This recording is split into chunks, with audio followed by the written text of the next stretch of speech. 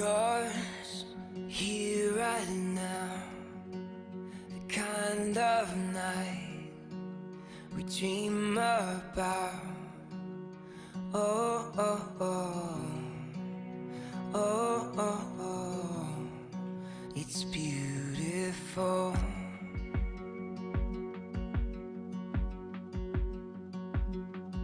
Yeah, time flies when you get it right, so hold on tight to me. Love like you never grew up, and live like you just get one tonight. We're kings and queens. One blink and it's over. Wake up and we're older tonight. We're kings and queens. Stop, take a breath, close your eyes, remember this. Oh, oh, oh, oh, oh, oh, it's beautiful.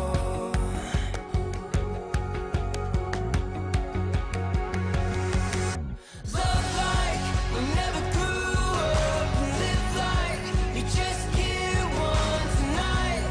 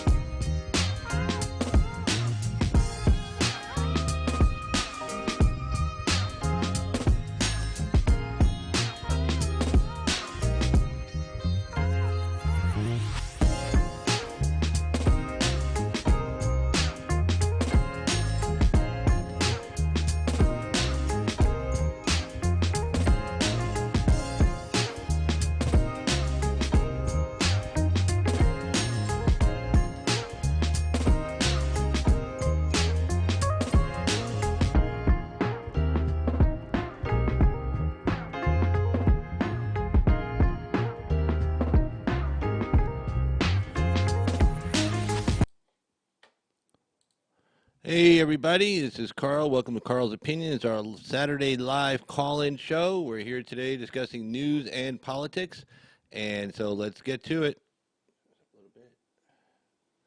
There we go. Let me just adjust the gain a little bit there.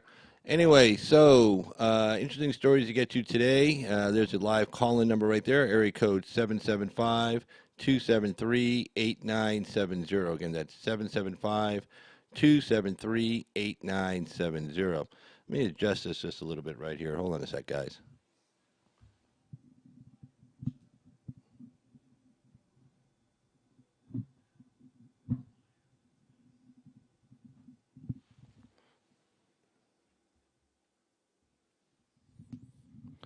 All right, I think it's a little bit better. There we go. All right, so anyway, we've got some interesting news to get to today, so let's get to it here. All right, and we'll cut across, and let's take a look at Mr. Cory Booker. Always a good story in the news. So, Cory Booker, I'm running against President Trump in the name of love. Yes, you've heard it here first. Cory Booker is running in the name of love. So, there you go. You've heard it. Like I said, you've heard it here first.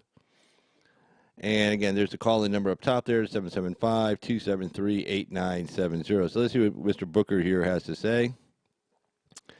All right. Senator Cory Booker, New Jersey Democrat, said his love for President Trump will not stop him from preventing his reelection to the White House. Huh. I'm reading this for the first time with everybody, so so if I react a little bit, I apologize. No, I don't apologize because he always says something stupid. The man is known for saying stupid things, and let's see what stupid things he's going to say in this interview. So one of the more than he does. Okay, this is from the Washington Times. Thank you, Washington Times. Always great reporting as usual. Okay, one of more than a dozen Democrats currently seeking the party's nomination to run against Mr. Trump in 2020. Mr. Booker discussed his admitted affection for the president when being interviewed Friday by Late Show host Stephen Colbert on CBS. Let's see. You talk a lot about love of your country, love of your fellow man. You said very specifically that you don't have hate in your heart, said Mr. Colbert. You even said that about I love Donald Trump. And then he goes on to say, well, my mom taught Sunday school, and she taught me to love your neighbor, no exceptions, and never let someone pull you so low that you hate them. So I'm not going to let Donald Trump contort my soul, said Mr. Booker. Prior to winning the presidency in 2016, Mr. Trump said on Twitter that if Cory Booker is the future of the Democratic Party, they have no future. I know more about Cory than he knows about himself. Ooh, well, probably knows about his extracurricular activities in men's bathrooms. I'm taking a guess. And again, I don't have a problem with that as long as it's not assault and as long as it's consensual and as long as you don't badmouth other homosexuals when you're a homosexual yourself. I mean, then I'm sorry, then that's just wrong, period. Then let me tell you right now, this is Cory Booker. Let me tell you right now, I love Donald Trump. Mr. Booker reacted the next day. I don't want to answer his hate with hate. I'm going to answer it with love. And then this again, the Washington Times reporting, a former mayor of Newark elected to the Senate in 2013, Mr. Booker last month entered the already crowded group of Democrats seeking the party's nod to compete against Mr. Trump's re-election campaign, joining a growing tally of fellow White House hopefuls, including several colleagues from Capitol Hill, among others. I think patriotism means the love of country, and you can't love your country unless you love your fellow countrymen and women, Mr. Booker told Mr. Colbert later in the interview Friday. Let's see, let's get over here.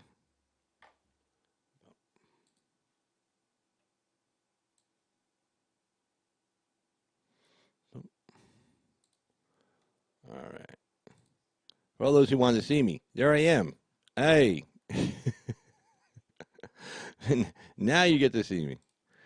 All right, Little Rock. Yo, Little Rock 2517. Welcome to the chat room. And the call-in number is right up on top there. If you wish to call in, 775-273-8970. And even if you wish to appear in a live VMix video production for YouTube, you can appear side by side with me on camera. Yes, thanks, VMix video production. So let's go on with this story here. Let's see. I think patriotism. I I think patriotism means the love of country. You can't love your country unless you love your fellow countrymen and women, Mr. Booker told Colbert late in the interview Friday. I may love this people, but I don't want Donald Trump to be my president. I'm going to work very hard to make sure he's out of office. In the name of love, Mr. Booker added. Commenting last month on Mr. Booker's presidential campaign, Mr. Trump said, I say no chance. Because I know him, Mr. Trump asserted, he has no chance. So far, I don't see anybody. I'm not impressed with the group, said Mr. Trump. Said Mr. Trump. Well, it's funny because, again, Donald Trump, pretty much a liberal Democrat. Hey, Mr. GT, how you doing out there? And, yeah, pretty much Donald Trump, a liberal Democrat, just pretty much most of his, if not all of his adult life. So, and I've always said that. I never understood why the Democrats didn't kind of work that angle a little bit better with him. There were a lot of deals they could have done with him early on, things they wanted through that they could have. He could have said, "Hey, look, I got this base over here. I got to take care of. I got the Republicans in the House and the Senate. I got to take care of." But we can work out a whole bunch of deals because deep down he's a liberal Democrat. And again, when he was running for office, it wasn't like liberals who were worried about him. It was conservatives. We were worried about, is this guy a real conservative? His whole life, he was just about his whole adult life, he was pro-choice. He just clicked a lot of the boxes for being a liberal, and that's why he had to reach out to the Federalist Society, for a list of judges to say, okay, if I get elected, I'm going to appoint these judges. I mean, there's a reason why he did that. He didn't do it for like the independents and the liberals. He did it for the conservatives to say, hey, okay, look, I give you my word. Here's a list from the Federalist Society, and the Federalist Society said, yeah, these guys are these are conservative judges. These who we have approved. And if the Federalist Society approves of them, then you're darn well tooting that they're conservative judges. And Trump goes, okay, if I get elected, I'm going to nominate those judges. Again, the only one off the initial list was Brett Kavanaugh. Kavanaugh was added later. Again, I've always suspected that was a deal that Trump did with Justice Kennedy. In other words, Justice Kennedy, in order for him to retire, had a meeting with Trump, and that's public. He had a meeting with him. They didn't say what was discussed, but I guarantee what was discussed. Kennedy said, look, I'll retire. I'll give you another seat on the Supreme Court. That's a big feather in your cap. But this is who I want nominated. And if you give me your word, you will nominate him and stand behind him, I will retire and give you that seat to put another Supreme Court justice in. And that was his second clerk. Neil Gorsuch was also Justice Kennedy's clerk. And I guess he wanted two of his clerks on the Supreme Court because he knew him, he trusted him, he liked the way they thought. And I'm sure, of course, Trump said, yeah. He probably said, let me check my people to see if they like him. And his people said, yeah, he's good. He's good enough. He's good to go. Hey, black and Irish crazy chick, Sheena, how you doing? And that's how Kavanaugh got on the list. But, I mean, again, there were a lot of deals that could have been worked out. So when he says, I know Booker, well, yeah, because, Booker was, mayor of Newark, New Jersey up until 2013. And Trump was a liberal, rich Democrat, billionaire doing business in Atlantic City, doing business in New Jersey, doing business in Manhattan. And so, of course, they would have definitely, known each other. And they were probably hanging in the same circle. So that's when he says, I know this guy, he has no chance. Probably because he knows he doesn't have a lot of staying power, and he's prone to saying stupid things, the I am Spartacus moment, this is my Spartacus moment, that kind of thing. He knows this guy's not going to go the distance. And basically, with Joe Biden getting in the race right now, and you already got Sanders in the race, you got Kamala Harris in the race. There's really not a. Warren's going to be dropping out. Hickenlooper from Colorado, he's going to be dropping out at some point. Warren won't, not right away. I mean, she's got a salary, a staff, and she can always write a book later, and she gets plenty of publicity, and she can assert her positions, et cetera. I mean, when I say getting out, I mean they're like dropping out like tomorrow. I mean, eventually the pack is going to narrow after the first several debates, and you'll see Harris, you'll see Biden, probably Sanders. Staying the distance, going the distance, picking up enough delegates here and there to actually, make it competitive. I still think Harris has a huge edge with California, though with Biden getting in, that really kind of throws the whole thing off a little bit for everybody else, because Biden is one of those guys, and even though he doesn't tick the right boxes for, the identity politics of the Democratic Party, he's an old, he's not young. He's white. He's not any other color, and he's a man. He's not a woman. So, and he's a man who identifies as a man. So, that kind of thing. So, he doesn't X the boxes, but there's a lot of moderate and corporate Democrats, old school liberal Democrats in the party, and those are the ones with the money actually. And when it comes to like races in California where you need probably $20 million. Hey, Mr. Odinga Mabuto. He hasn't announced yet. Biden has not announced yet, but I just saw a story. I think I covered it yesterday in the Washington Times, and possibly the Wall Street Journal. They say it looks like he's coming in. I mean, he's already got the exploratory thing set up. He's already been talking about it. He's been going to all the right places. He's been going to Iowa. I think he was up in New Hampshire. I know he was in Nevada. So he's going to make his move. If I had to put money on it, I think you'd win. If you say if Biden's going to, I mean, first of all, why not? Well, he has nothing to lose by getting in. I mean, what? There's no downside for him getting in the race. I mean, what's the downside?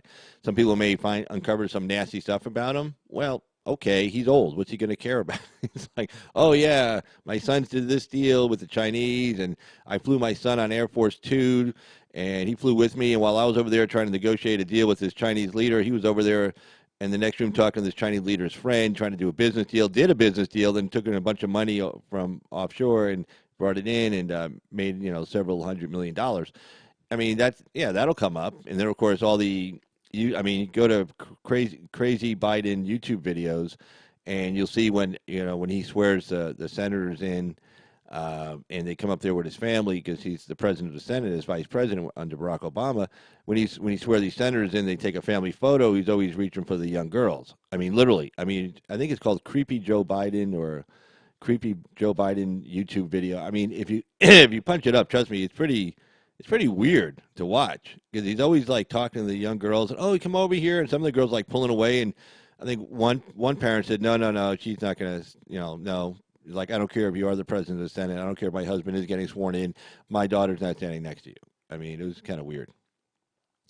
Oh no, I agree with that. I don't think Biden can beat Trump. I think though he pulls in a lot of the I think he'd probably do well with independents. I think they're probably in many ways going after the same voters. Like Sanders would be going after the far left voters, but I won't make it out of the first round. GT. Yeah, I don't think Biden beats Trump either, but I think he makes it competitive for sure. I think he makes it competitive in the Midwest. People on the left are looking for somebody normal, and again. Biden, the biggest problem Biden's going to have is getting through the primaries. That's going to be a tougher challenge for him than in the general election, in my opinion. He's got to, he doesn't X any of the right boxes. I mean, he's an old, not young, white, not a person of color, man, not a woman, who is a heterosexual man. Okay, and not doesn't identify as a woman or a man. Is a biological heterosexual man. So he doesn't hit any of the right boxes. For the Democrats. And but there's a lot of there's still a lot of normal people in that party. You just don't hear from them. It's always like remember Nixon, and then always talk about the silent majority, and other people have talked about it since. The power of the Democratic Party isn't necessarily among the whack jobs like on the left right now. That's not where the money is. Biden would do well among Epstein. Yeah, GT, good one. But yeah, I agree. Black and Irish. Yeah, he's creepy. Yeah, but let me get a cigarette.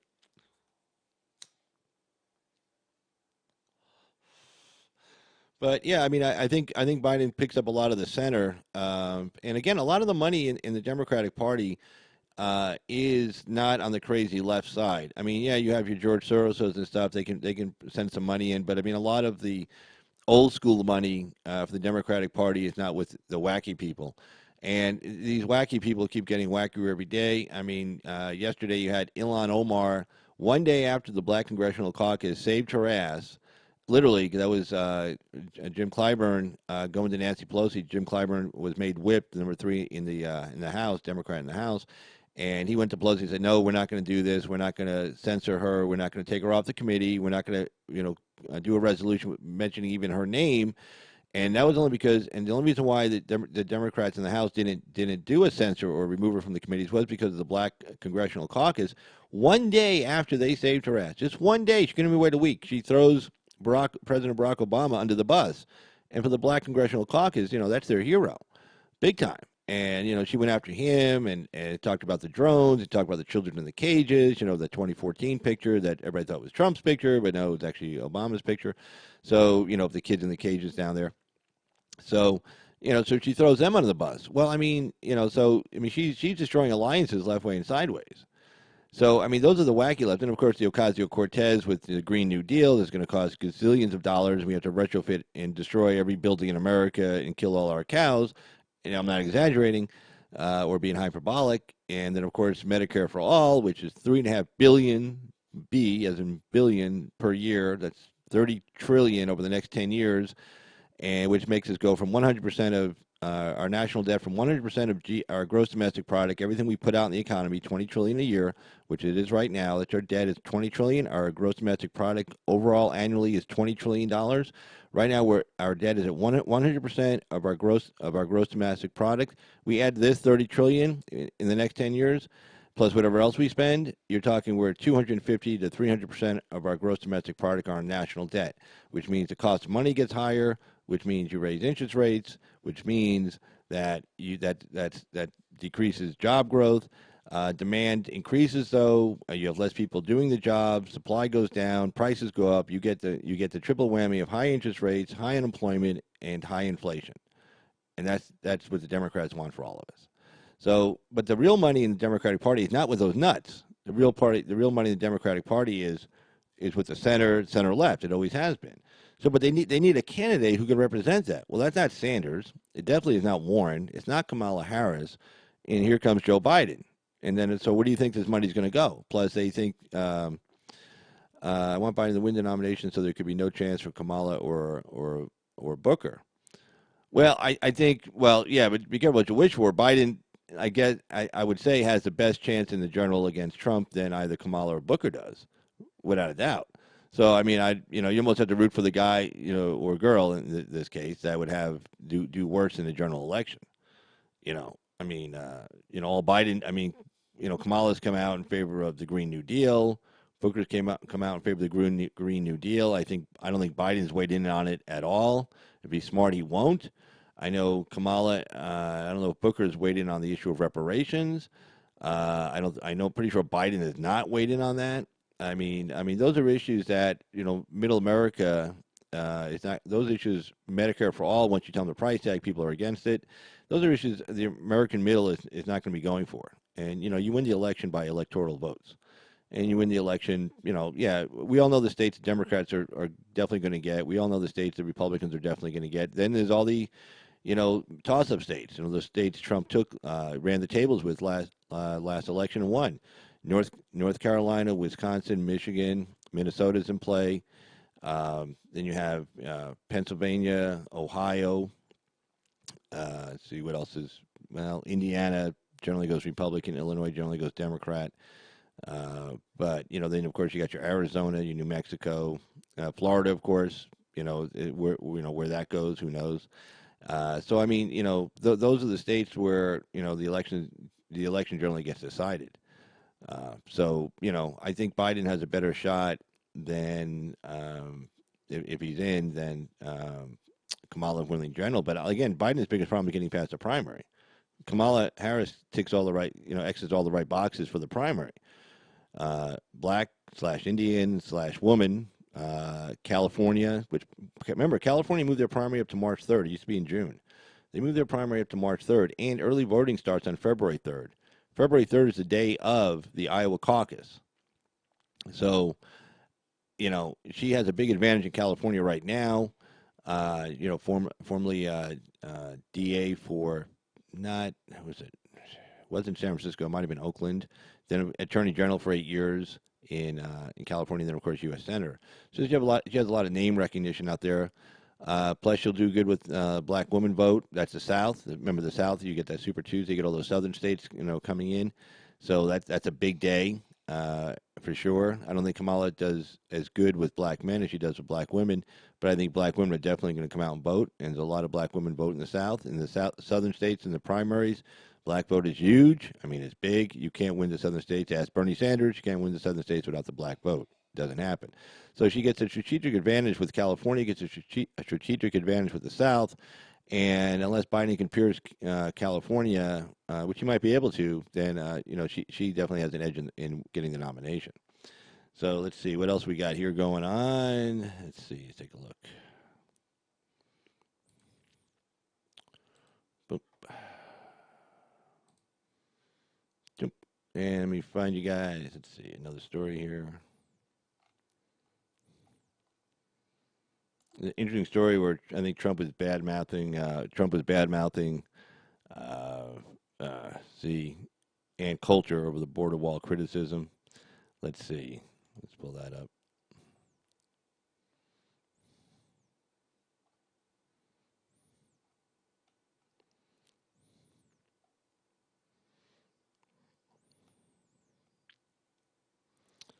Okay, we'll get to that story here. So let's go ahead and cut over on this one here. All right. So President Trump turns Twitter guns on wacky nut job Coulter over border wall criticism.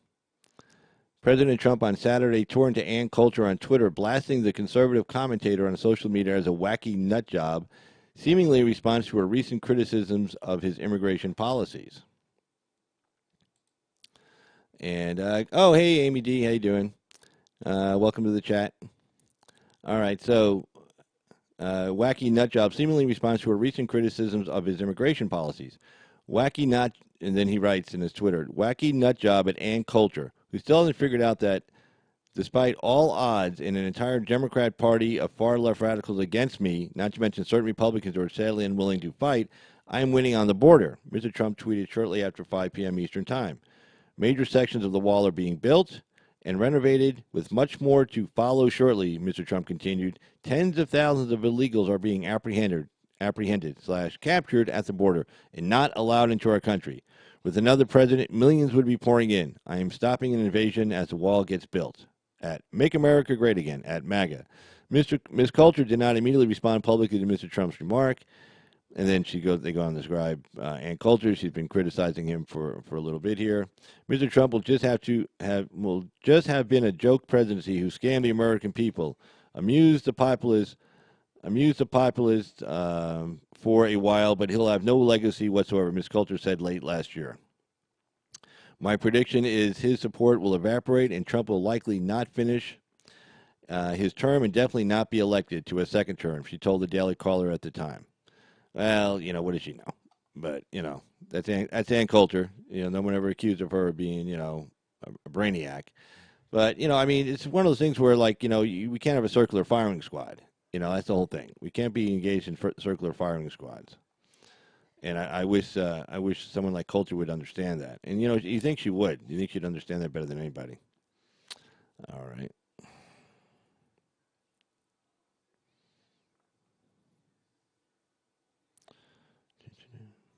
And let's see what we got here. Oh, this is an interesting story. Let's see. I think Iranians. This is a story hopefully people in the Democrats in the House and Republicans will kind of take a little bit notice of. Let's take a look at it here. Again, this is from Washington Times. Iranian Americans rally near White House for regime change in Tehran. Let's see. So, Iranian Americans rally near White House for regime change in Tehran. Hundreds of Iranian Americans gathered just blocks from the White House Friday to rally for a regime change in Tehran. With Iranian flags and banners promoting democracy in Iran in hand, the demonstrators with the Organization of Iranian American Communities called for an end to the Islamic Republic hardline government.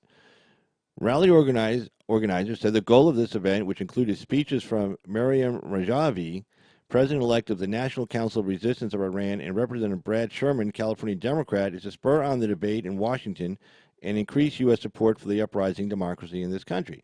Oh, and by the way, there's the call-in number, 775-273-8970. And again, if you wish to appear in a live video phone call, it's kind of like, what does Google have for that? Yeah, I don't know. whatever. But anyway, it's like you appear side by side in a camera, and your camera on your phone, whatever. Then you can appear and actually it's like a call-in, except with pictures. Hey, like how they described movies back in the day. But anyway, let's see. The OIAC is a grassroots arm of the National Council of Resistance of Iran, an exile Iranian dissident group that has long called for a new democratic government in Iran and criticized the Islamic Republic's human rights record. The NCRI backed the ouster of the Shah of Iran with other revolutionary groups in 1979, but clashed with the Islamist forces led by Ayatollah Ruhollah Khomeini afterwards. After losing a vicious power struggle, NCRI leaders now say they renounce violence. Okay. The group is credited with exposing secretive Iranian nuclear facilities in the early 2000s. It also has a contentious relationship with Washington and was listed as a terrorist organization by the State Department in 2012. But it has gained new clout and visibility under President Trump, with several top aides, including presidential attorney Rudy Giuliani and National Security Advisor John Bolton, having deep ties to this exile group.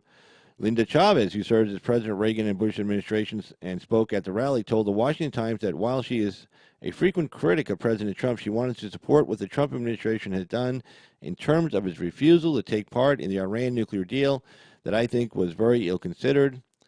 Last May, Trump announced plans to pull out of the Obama-era deal that lifted economic sanctions on Iran in return for halting the Islamic State's regime's nuclear program until 2025.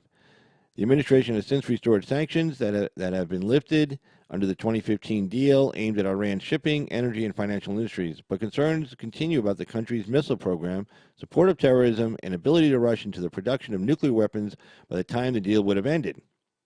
Trump's decision to pull out of the deal saw renewed support on Capitol Hill this week when Chairman of the Senate Armed Services Committee, Jim Inhofe, said that he intends to include language in the next Defense Authorization Act to cement Mr. Trump's decision to pull out of the deal and reinstate harsh economic sanctions on Tehran. Supporters who attended Friday's rally expressed sweeping support to eliminate Iran's nuclear program. Let's see. Other members who attend the event. All right. Well, it's something we probably need to get behind. There you go. But let's see. We'll take a look at another story here in a second. And again, it's open topic on the call-in. I probably didn't put that in there. So if you want to call in about any topic, doesn't matter. I mean, I like to talk about certain stories, but, the nice thing about call-in shows is that it kind of broadens the discussion. It keeps the conversation going. And, it brings in other topics that maybe I didn't think were important. And then somebody talks to me about them, and I go, wow, hey, I didn't even think about that. That's actually a pretty important topic. Like, no shit. I missed that one. But there you go. But let's see. Let's go take a look at another story here. Actually, Wall Street Journal had interesting story. Let's see. We'll cut over to that.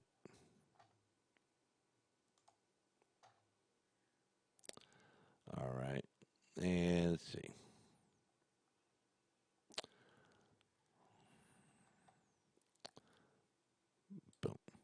And again, this is from the Wall Street Journal. This is talking about the China trade talks hitting a bump right now.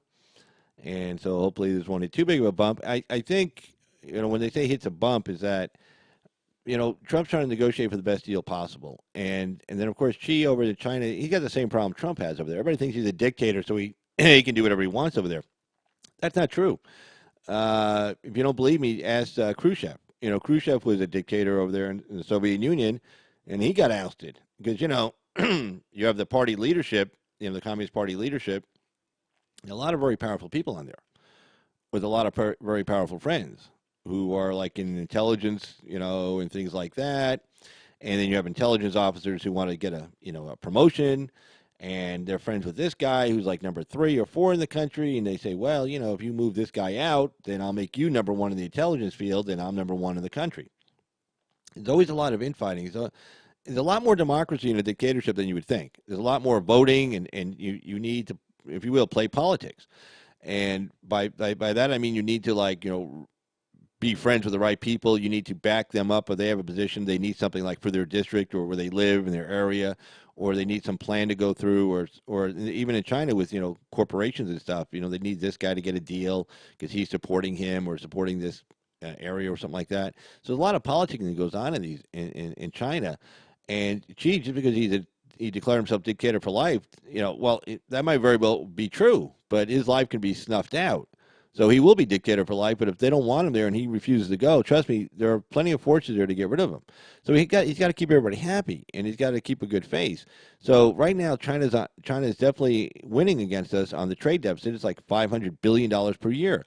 But Xi knows to make a deal, that number's gonna have to come down. Doesn't mean it's like, okay, we'll give you $200 billion. It just means that whatever the trade deals are going to come out to be, it's going to turn out where there's less of a deficit. So maybe it goes from $500 billion to like $200 billion.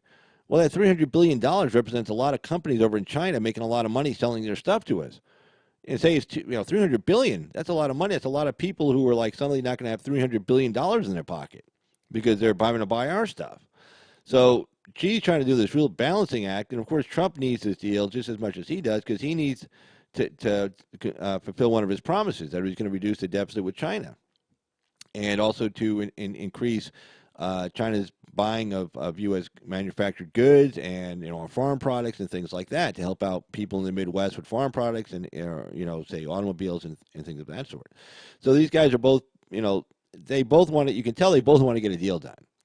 But they both got to save face. Like even the way they're setting up this meeting, which I think is on the 27th, normally it was going to be set up where he was just going to fly out to Mar-a-Lago. They're going to hang out, get a deal done.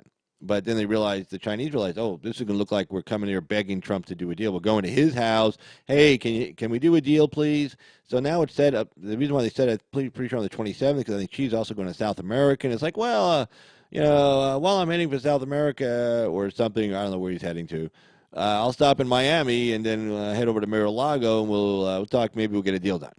So anyway, that's what's going on there. So they says U.S.-China trade talks hit a bump.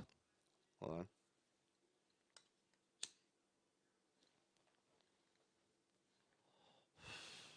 So it says outcome of Trump-Kim summit stokes concern in Beijing on setting meeting of presidents. Well, I think they were shocked that Trump actually walked away from that meeting with Kim. That he just walked out the door. They thought, oh, this guy really needs a deal done. And they didn't think he would just walk. Well, he did.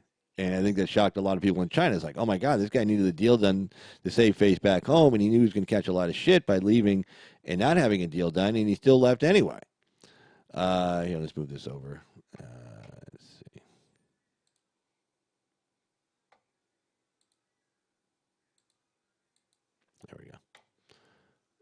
There we go. So I think it shocked the Chinese that he actually did walk, knowing how bad he needed the deal done. So now they're thinking like, gee, this guy might just walk out on our guy. Here, let me pull this down. I don't know why they wanted to stay up there. Go down. All right, here we go. So a U.S.-China trade accord is facing a new roadblock as Chinese officials balk at committing to a presidential summit until the two countries have a final deal in hand. Right. In other words, they don't.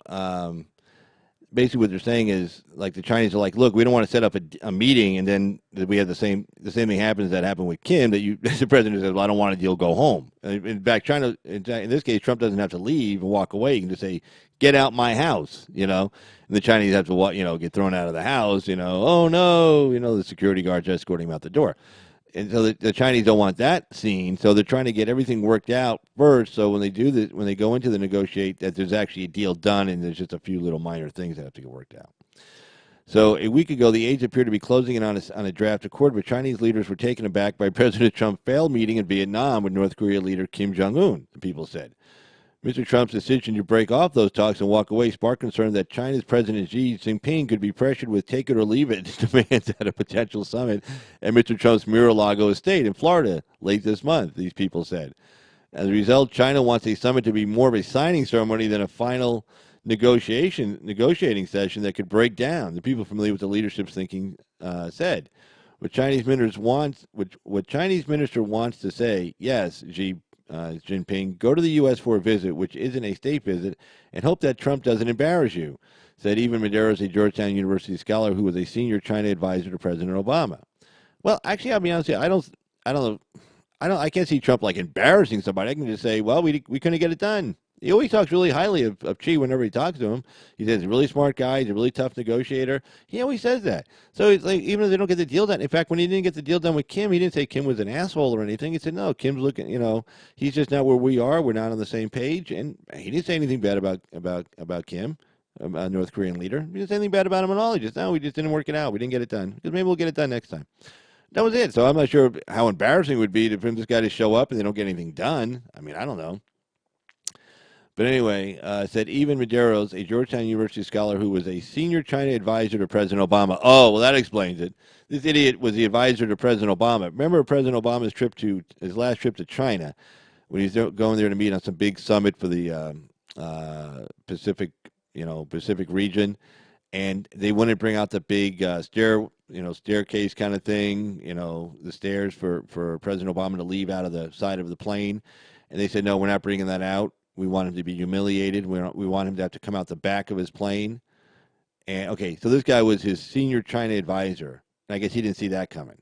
And I guess he didn't tell him, hey, the Chinese are trying to muscle you here. Tell the plane to take off and we'll leave and screw them. No, he made President Obama be humiliated and go out the back of his plane because he probably said, oh, this is good. No, it wasn't good. He looked like a big wimp actually. So anyway. The U.S. side aims to have the agreement pretty much worked out and maybe a few final touches or final things resolved by the two leaders, he said, adding that there is good chemistry between the two men. Looming over the summit negotiations is the history of the late 1990s negotiations over Beijing's entry into the World Trade Organization. In 1999, Chinese Premier Zhou Ranji traveled to Washington for final negotiations for a WTO deal and came up empty-handed after President Clinton judged it wasn't the right time politically to conclude a deal, said former advisors of Mr. Clinton. A humiliated Mr. Zhu faced a chorus of criticism at home that threatened to derail talks. It's hard to know whether the current Chinese objections represent a serious roadblock or simply negotiating tactics. Ms. Maduro said Mr. Xi is scheduled to travel to Europe around March 22nd. There was Europe. And U.S. officials for the past 3 weeks have urged Beijing to tack on a trip to Mar-a-Lago to finish a trade deal. Initially, the two sides had been considering a summit around March 27th. Now, National Economic Council Director Larry Kudlow says it could slip. I just let you know, we don't take any unknown person phone calls, so if you got a call, you got to at least have an area code. So we don't take any unknown person phone calls. There you go. So yeah, if you wish to call in, no unknown person phone calls. You have to call in with at least with a phone number. So let's see here. Both governments are under. Let me push this back a little bit so I can see it better. Okay, both governments are under tremendous pressure to reach an agreement, said Myron Brilliant, executive director of the U.S. Chamber of Commerce, in the face of market volatility and a weakening global economy. Getting Mr. Xi to come to the U.S. to conclude a pact could give the U.S. leverage in any last-minute talks between the two men because Xi would be under pressure to bring home a deal. The U.S. has been pushing hard for such a meeting. February 12th, Trump told reporters before a cabinet meeting that he expected to meet Mr. Xi and make the parts of the deal that the negotiating group is unable to make. That's the way deals happen. Hey, let's see. Since then, Trump and his top cabinet officials have publicly kept up the pressure for a Mar-a-Lago meeting, including in a February 22nd Oval Office meeting with Li. God, this is terrible. Liu He, China's top trade envoy. We're planning it with your schedule, Mr. President, Treasury Secretary Steve Mnuchin said as Mr. Liu looked on. The Trump administration also canceled plans to raise tariffs on March 2nd on $200 billion of Chinese goods to 25% from 10%. Okay. Incoming call. Let's see. Area code 206. You're on live for Carl's Opinion. Who's this? Hello? Yeah, this is Carl's Opinion. Who's this? Hello? You're on live for Carl's Opinion. Hello? What? This is Carl's Opinion.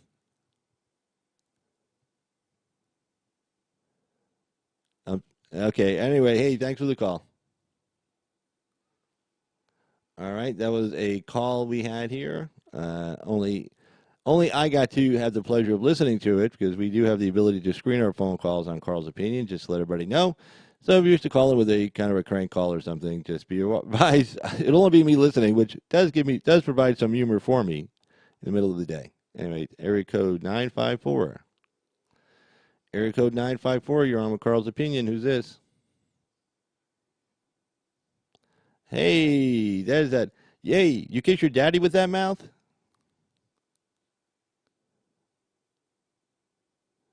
Oh, that's so funny. Hey, just let you know we're the only people listening to this phone call right now. So anyway, thanks for the call. Bye bye.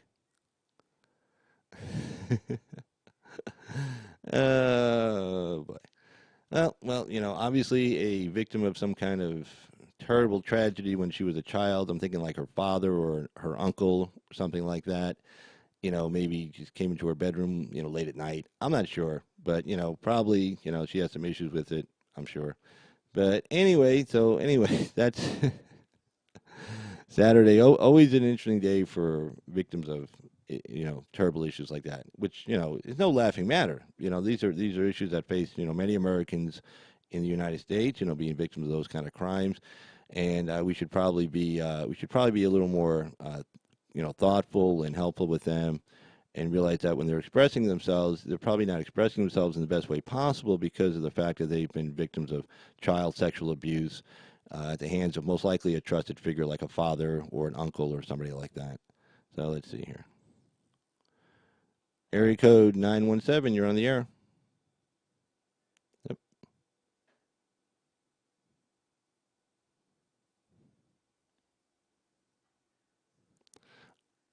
Oh, wow, that's really cool. Anyway, hey, thanks for sharing. That was really nice. Bye bye.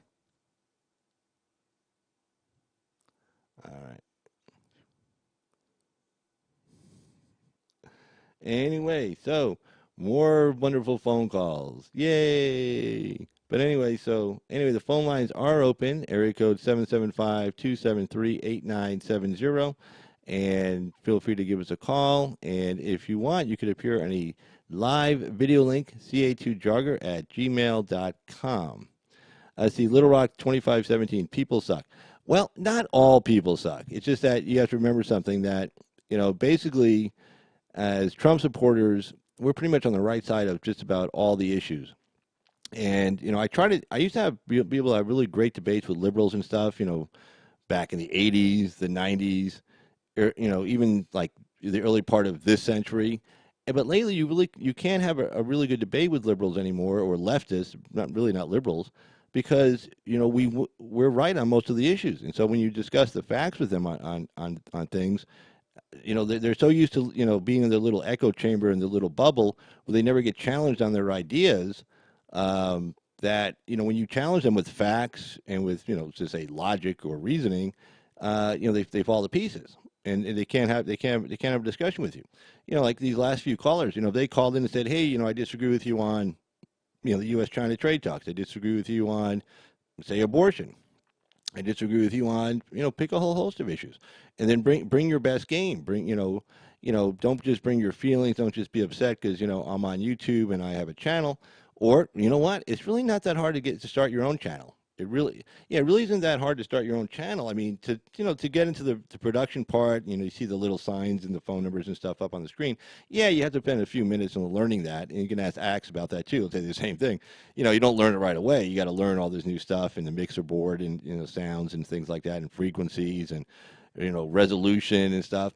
But as far as actually starting a channel, like you see Sticks and Hammers channel, Sticks and Hammers channel is basically him standing in front of his cell phone, talking, into his mic, and that's about it. I mean, you could start that up tomorrow. If you have a YouTube channel, you can go to your own creator studio, and you can hit live stream now, and you just push a button, and pretty much it's going up. I mean, there's a couple of things you got to do, but that's pretty much about it.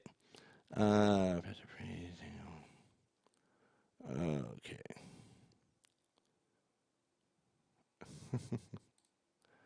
All right. And boom, boom, boom.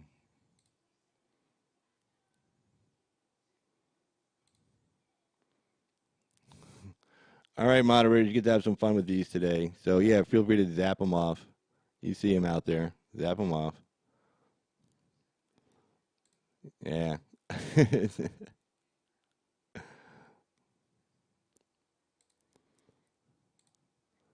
Yeah. Well, I guess you got nothing else to do. So. Although it is Saturday, there's probably like a lot of kids running around out there. Boom, boom, boom, boom, boom. Boom. Ah, look at this. There we go. Hmm.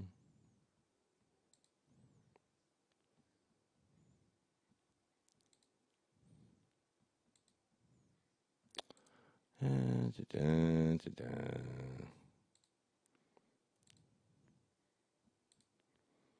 Mm-hmm.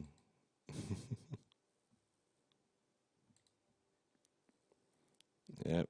Yeah, well. And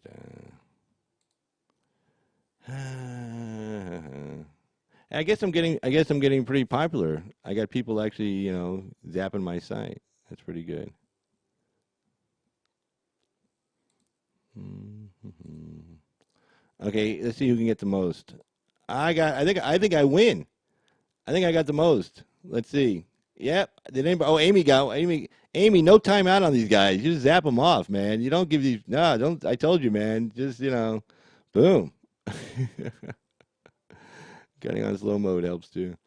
But yeah, just don't worry about getting these guys timeouts. Just like, hey, you can 86 them. Hit that hide user button. Yeah,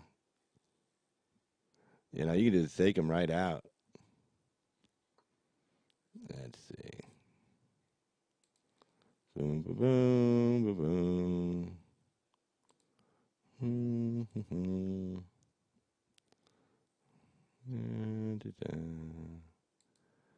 I definitely have won the race. I have won the race. Now, see, if somebody else would have won the race, you could have got a prize. Let's see. But I get to give myself a prize. Yeah, I win. Well, see, I have to admit something. I was a moderator on a pretty big site, and I used to zap off a lot of people. In 5 months, I 86 over 500 people myself as a moderator. I mean, 86 them. No timeout, no nothing. So I do have a little bit of practice at this, and I was actually really good at it. Let's see. In fact, the host of the site trusted me so much, he actually gave me his account password. I mean, he gave me his Google account password, which I mean, had access to everything he had on Google, email, everything else. So let's see. Bum, bum, bum.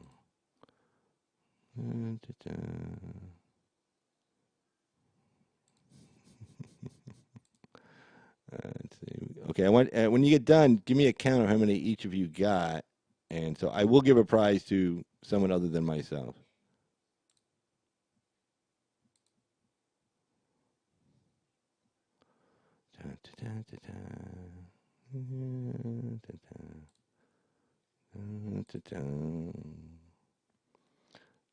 Like I said, I guess I'm pretty popular all of a sudden. I guess I'm getting to them. I guess my million viewers. Let's see. Yeah, yeah. No more timeouts. Just zap them. That was fun. Yeah, we actually got to have some fun on this show today. I thought I was just going to talk about politics. Wow. I just throw mine in a pile. Let's see. I'm gonna count them up right now. Let's see, because I can see who's zapped them. Let's see. Well, I'm not gonna count mine. I'm just gonna go look for you guys's. Okay. I wasn't ready for that. You must always be ready, GT469. You never wait. What's that thing from the Bible? You never know when I don't know something comes to the door. I don't know. Let's see. Go away, Joe. Let's see. I'm gonna count real quick. Okay. I got one on Amy and 2, 3, 4 on Amy and let's see. I don't see anybody else. Amy. Looks like just Amy and Carl. What's up? Let's see. Anybody else? Carl. What the hell did happen? Yeah. Oh no, they what you do is you can mask something like that. You can just it's easy to do. Like you and 10 guys get together and just hit mass accounts and stuff. It's not hard to do. But well, it looks like me and Amy primarily. So okay, to the other moderators, Other moderators, you were not fast enough. But Joe Biden. Yeah, it was Joe. Aha, Joe Biden. Aha.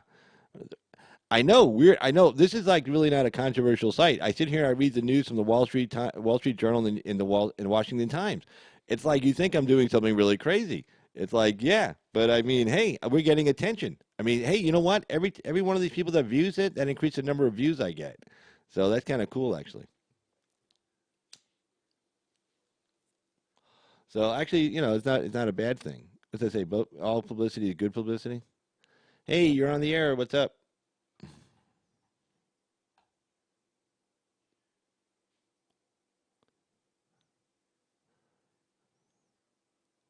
Yeah, yeah, what you got, Dan?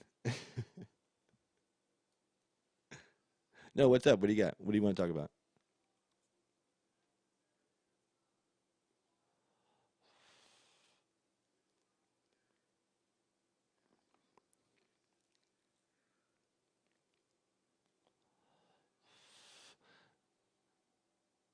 she's I think she's kind of a kooky bitch, if you ask me, to not put it uh, to put it bluntly.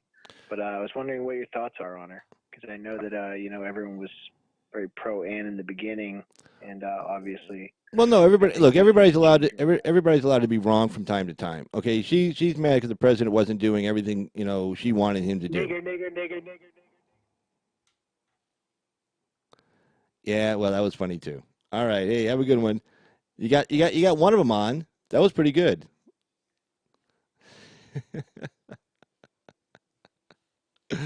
Oh man, it's too good.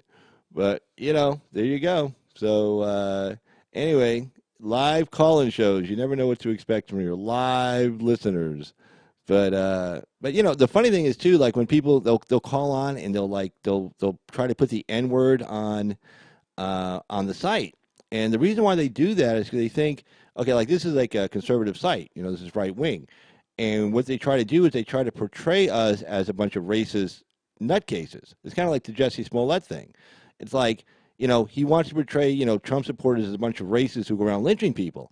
Well, the problem he had is that he couldn't find any Trump supporters who go around lynching people because there aren't any, right? So he had to like make this whole story up and then say, look, Trump supporters go around lynching people. So when you have a lot of leftists, they'll call into a show like this and they'll put the N word on the site to make it seem like, oh, look, see, this was a supporter of Carl's opinion of a conservative, Republican, guy wearing a Trump hat, and this is the kind of people that call in. But the problem is those aren't the real Trump supporters, the real Carl's opinion supporters. They don't call in and use the N word.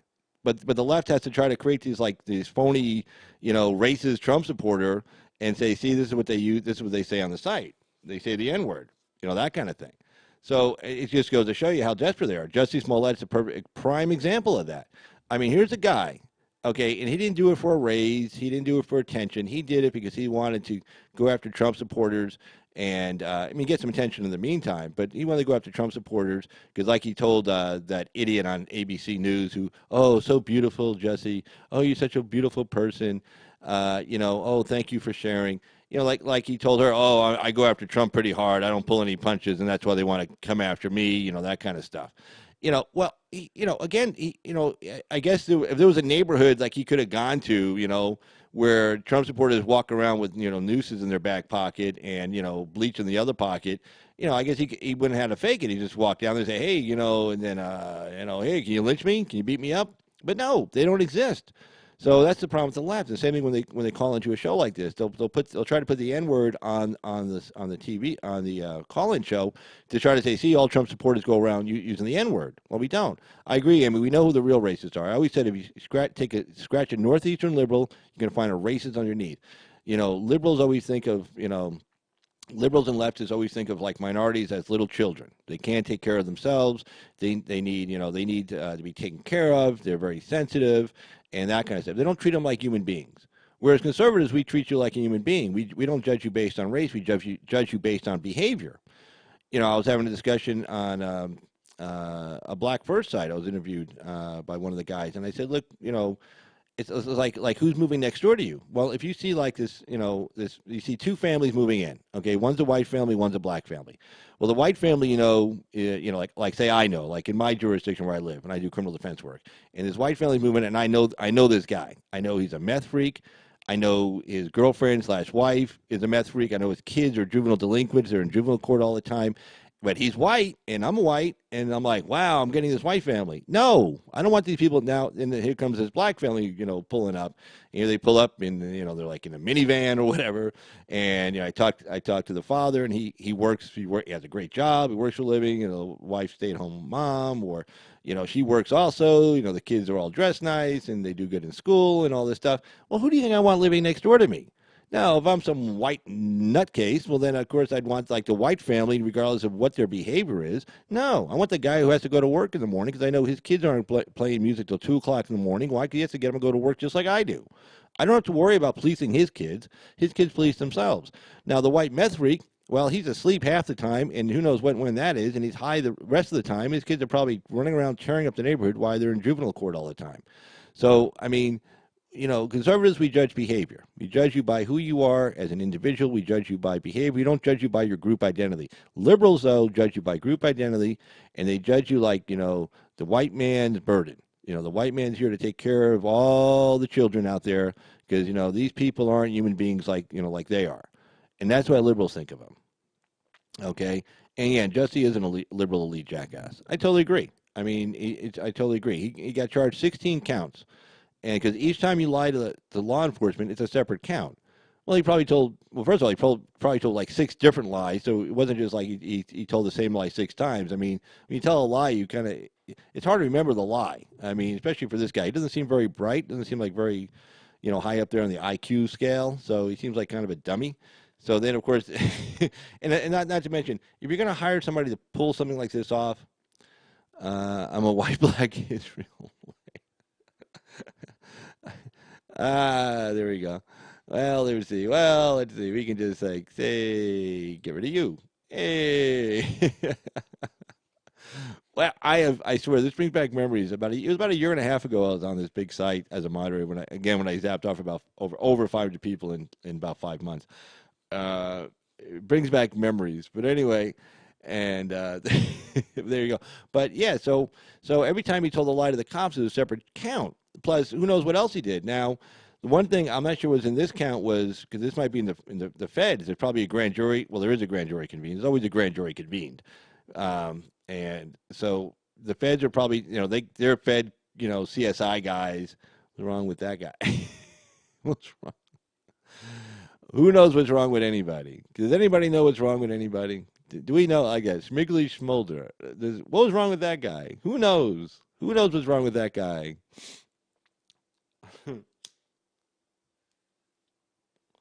But yeah, so then he still got that Fed case, and the feds are looking at that letter he mailed himself. Plus he put aspirin in it. So basically, he wasn't the one who's going to open that letter because it's mailed to the studio or wherever it was mailed to. It wasn't mailed to his house; it was mailed to the studio. So that means you got somebody like in a mailroom opening up the letter. Well, that's a terrorist act because basically, like if you pull a gun on somebody, let's say you pull a toy gun on somebody, but it looks like a real gun. Well, that's still assault with a deadly weapon. Okay, it doesn't matter. Now, if you send somebody fake, anthrax, but it's like just aspirin or whatever it is, okay, that's still a terroristic act because you're putting that other person in apprehension of fear. The person doesn't know what it is. Same thing. So it doesn't matter if you send aspirin or you send something with the intent to try to scare somebody. That's still a federal crime, still a form of mail fraud. So the feds come down with their charges. He's not going to have a lot of fun. But I mean, he could have caused a lot of serious problems. I mean, with what his little stunt, and it was just to make Trump supporters look like these racist, evil white guys lynching people. But I mean, his whole story was so screwed up. I mean, yeah, racist, evil Trump supporters, at 2 a.m. in downtown Chicago when it's like literally like 18 below zero. Jesse is a few IQ points short of a full deck doing.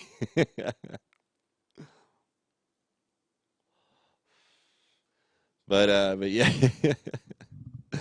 But so I mean, and good, and he should get some jail time out of this. I mean, what he did could have caused a lot of harm to a lot of people, but he didn't care. I mean, the man has, he has no empathy or no sympathy. It's all about, bad mouthing Trump supporters. And I'll tell you who the Trump supporters are. We're the people who pay the damn bills in this country. Okay? We're the people who pay the bills in this country. That's who Trump supporters are.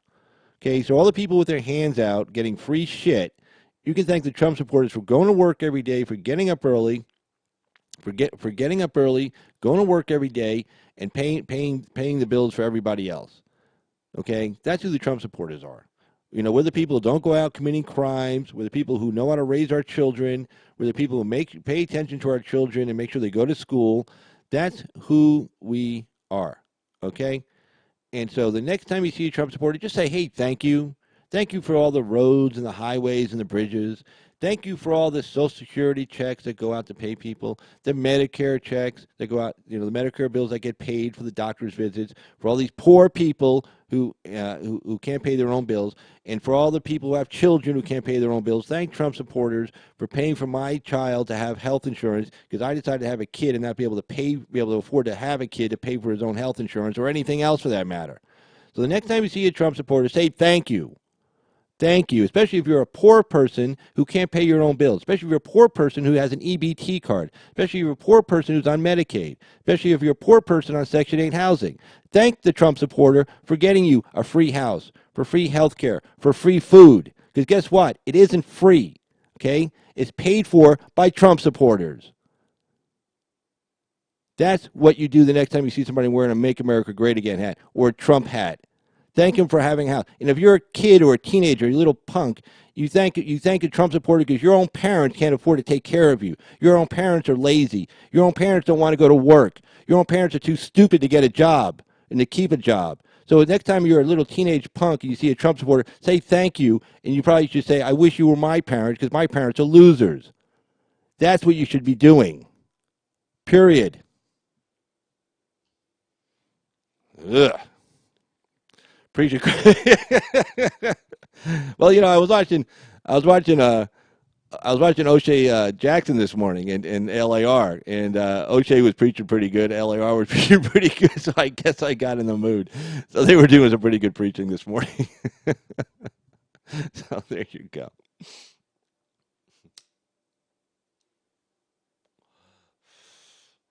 But anyway, so that's who the Trump supporters are. And again, we keep this country running. We are the lawyers, we are the doctors, we are the truck drivers, we are the iron workers, we are the carpenters, we're the tin knockers. Okay, we're all of that. We're the people who work in the grocery stores. We're the people who keep the trains running on time. We're the people who keep the trucks, going down the highway and getting and distributing goods and services. If all those people live in San Francisco, guess what? I don't remember seeing a lot of big farms in San Francisco. Where do you think all that food comes from? How do you think it gets there? Okay? You should talk about these deplorables, people you wouldn't let in the front door of your house because, maybe they got some mud on their shoes or they got dirt under their fingernails. Well, how do you think the food gets on your table? Okay? I don't see a lot of oil wells in San Francisco either or a lot of refineries in San Francisco either. How do you think you get, that electricity is on when you come home and you turn on the lights? How do you think that happens? Okay, those are Trump supporters out there doing that work. Okay? Again, people that you look down your nose at, that you don't care about, that you think are worthless, that are useless. Yeah, worthless and useless too. One day you're going to turn the lights on and there's no light. You live in a high rise. Well, guess what? How are you going to get up in the elevator? Okay, there's guys who actually work on elevators, and guess what? They're Trump supporters. Okay, I used to work around those guys. Those guys, who install the elevators and stuff. Okay, when I worked construction, those are Trump supporters. Those aren't liberals.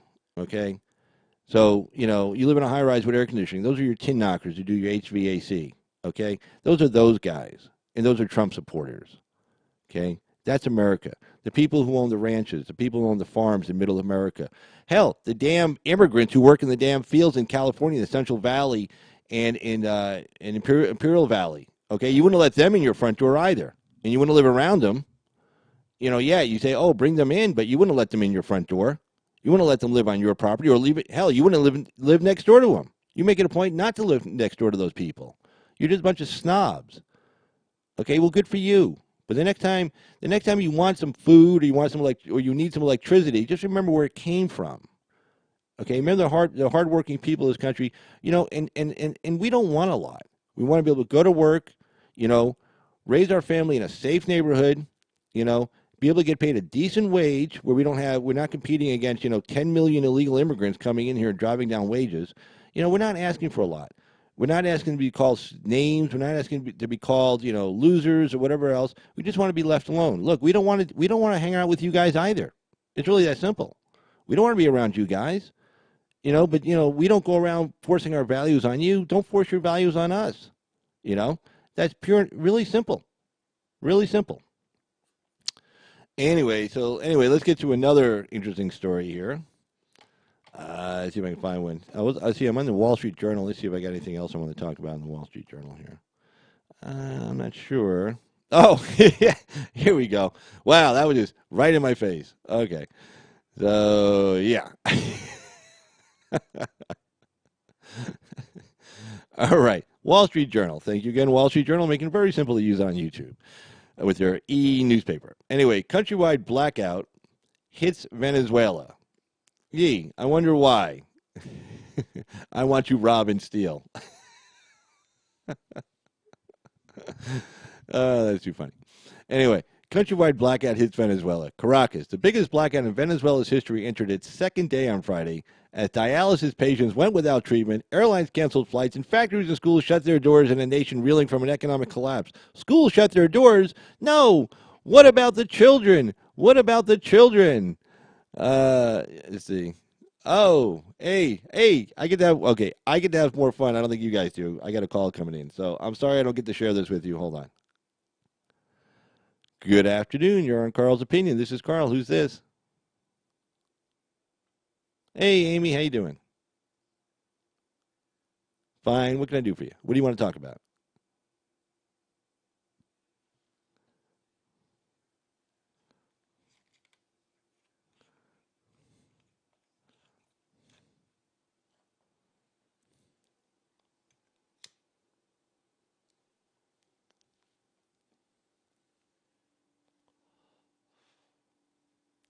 Yeah?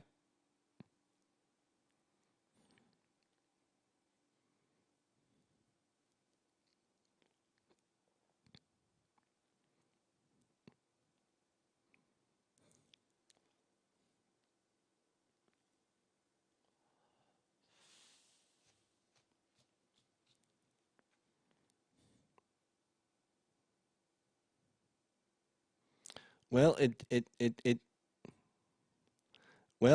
does happen, but hey, yeah, but then, well, yeah, I mean, I'm not going to attribute laziness to liberals. I mean, it's just, I'm not saying that Trump supporters are hardworking, liberals are not. I'm just saying that they should respect the fact that Trump supporters are hardworking people.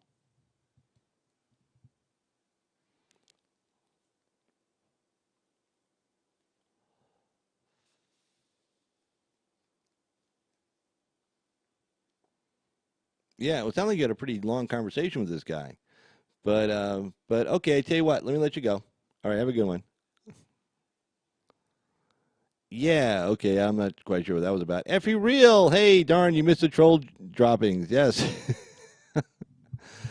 And I am the winner. I took more trolls out than anybody, I must say, although Amy was a close second. So very good job, Amy D. But yeah, you definitely missed it there, Effie Real. You missed it for sure. Without a doubt. But yeah, so anyway, we'll jump back to this story real quick. Countrywide blackout hits Venezuela.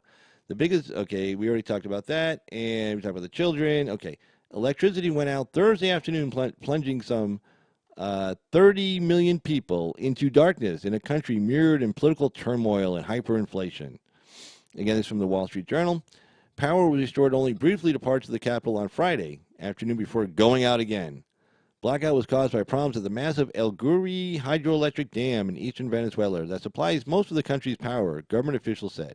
Once a regional energy powerhouse, Venezuela's power grid slowly has decayed over the past decade due to what economists and former officials say is mismanagement, corruption, and Latin America's deepest economic crisis on record. Leading the government is to virtually abandon public investment. Yeah, what a mess. Socialism. Yay, socialism. Yay, socialism. Venezuela. Viva Venezuela. Viva socialism. Viva Ocasio-Cortez. Viva Bernie Sanders. Idiots. All idiots. Electricity Minister Luis Mata initially said Thursday the issue would be resolved in 3 hours. I mean, I'm just laughing. I don't even live there, and I know that was a lie. But residents woke up Friday with the power still out as they fretted about hard, hard to buy food rotting in their refrigerators. Yeah, I mean, you can really get food as it is, and then it's all like, boom. Let's see. Oh, there we go. Who got him? Let's see. Ah, good job. Good job. Good job. Let's see what you got here. I know. Oh, well, I hope you really were, but if you weren't, so be it. But like you said, hey, if you accidentally take somebody out that you shouldn't, I got your back. I don't care. You cannot make an omelet without breaking a few eggs. It's called collateral damage. Like we want to bomb these people, we actually bomb this country. Shit happens. You know, we're the United States of America, baby. That's just the way it works. But anyway, but good job there on the moderating. Excellent, excellent, excellent. All right, so here we go. Okay, so, but residents woke up Friday with the power still out as they fretted about hard-to-buy food rotting in their refrigerators, the collapse of communications, and the lack of official information as to when the lights will be on again. Uh, we don't know what's going on, and we're scared, said Carla Blanco, a 55-year-old public employee in Caracas, a city of 2 million people, which residents described as a ghost town Friday, with most businesses closed. Because Caracas' subway system had also shut down, she walked 2 hours to get home on Thursday through the darkened streets of one of the world's most violent cities. By late Friday, Defense Minister Vladimir Pedrino said the Army would increase street patrols to keep the peace and avoid looting. Electricity outages are common in Venezuela as the economy has contracted by more than half in the past. As the economy has contracted by more than half in the past 6 years. But this blackout was unprecedented as it hit the entire country at once and lasted a full day. I smell CIA. Da-da-da. One of those things in a movie where they say, let's show these people we can take the power out for a full day. Zap, and they take it out. The length and breadth of the current outage likely reflects serious damage, experts said. Miguel Lara, an expert on power generation in Venezuela, said the blackout can likely be traced to transmission lines that connect El Guri in the east to the population centers farther west. Opposition politicians, doctors, and rights activists say blackouts have had deadly consequences, resulting in 79 people dying in hospitals from November to February. They fear the fate of hospital patients already facing severe shortages of medical supplies as the outage drags on. Francisco Valencia, director of Caracas-based health sector watchdog Code Vida, well, I probably mispronounced that. I apologize. Said that about 90% of dialysis operations had stopped nationwide, putting at risk thousands of patients. There are probably going to be more deaths of people on dialysis, he said Friday. The situation is very grave. Operations were delayed at hospitals across Caracas on Friday as few doctors were able to make it to work, and operating rooms were unusable. As at the Supreme Commander Hugo Chavez Maternity Hospital, nurses told pregnant women to go somewhere else due to the lack of light and water. I don't know what's going to happen to me and my baby, said Melissa Torres, who is 9 months pregnant and was in pain from labor contractions. They told me they aren't doing cesareans to find another hospital. Jesus.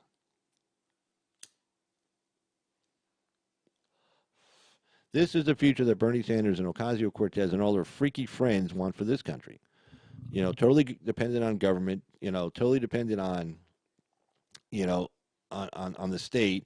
And then, of course, the state generally doesn't run anything good. You know what they're all saying? If you want something done right, don't have the government do it, But this is what they want for us, and right now they got this Guido guy. Now, I don't know anything about this Guido guy. I mean, for all I know, he's an idiot, too, because we don't know a lot about him. The little history we know about him is that his family was killed in some mudslide, in some city called Guido. I think he's named after the city.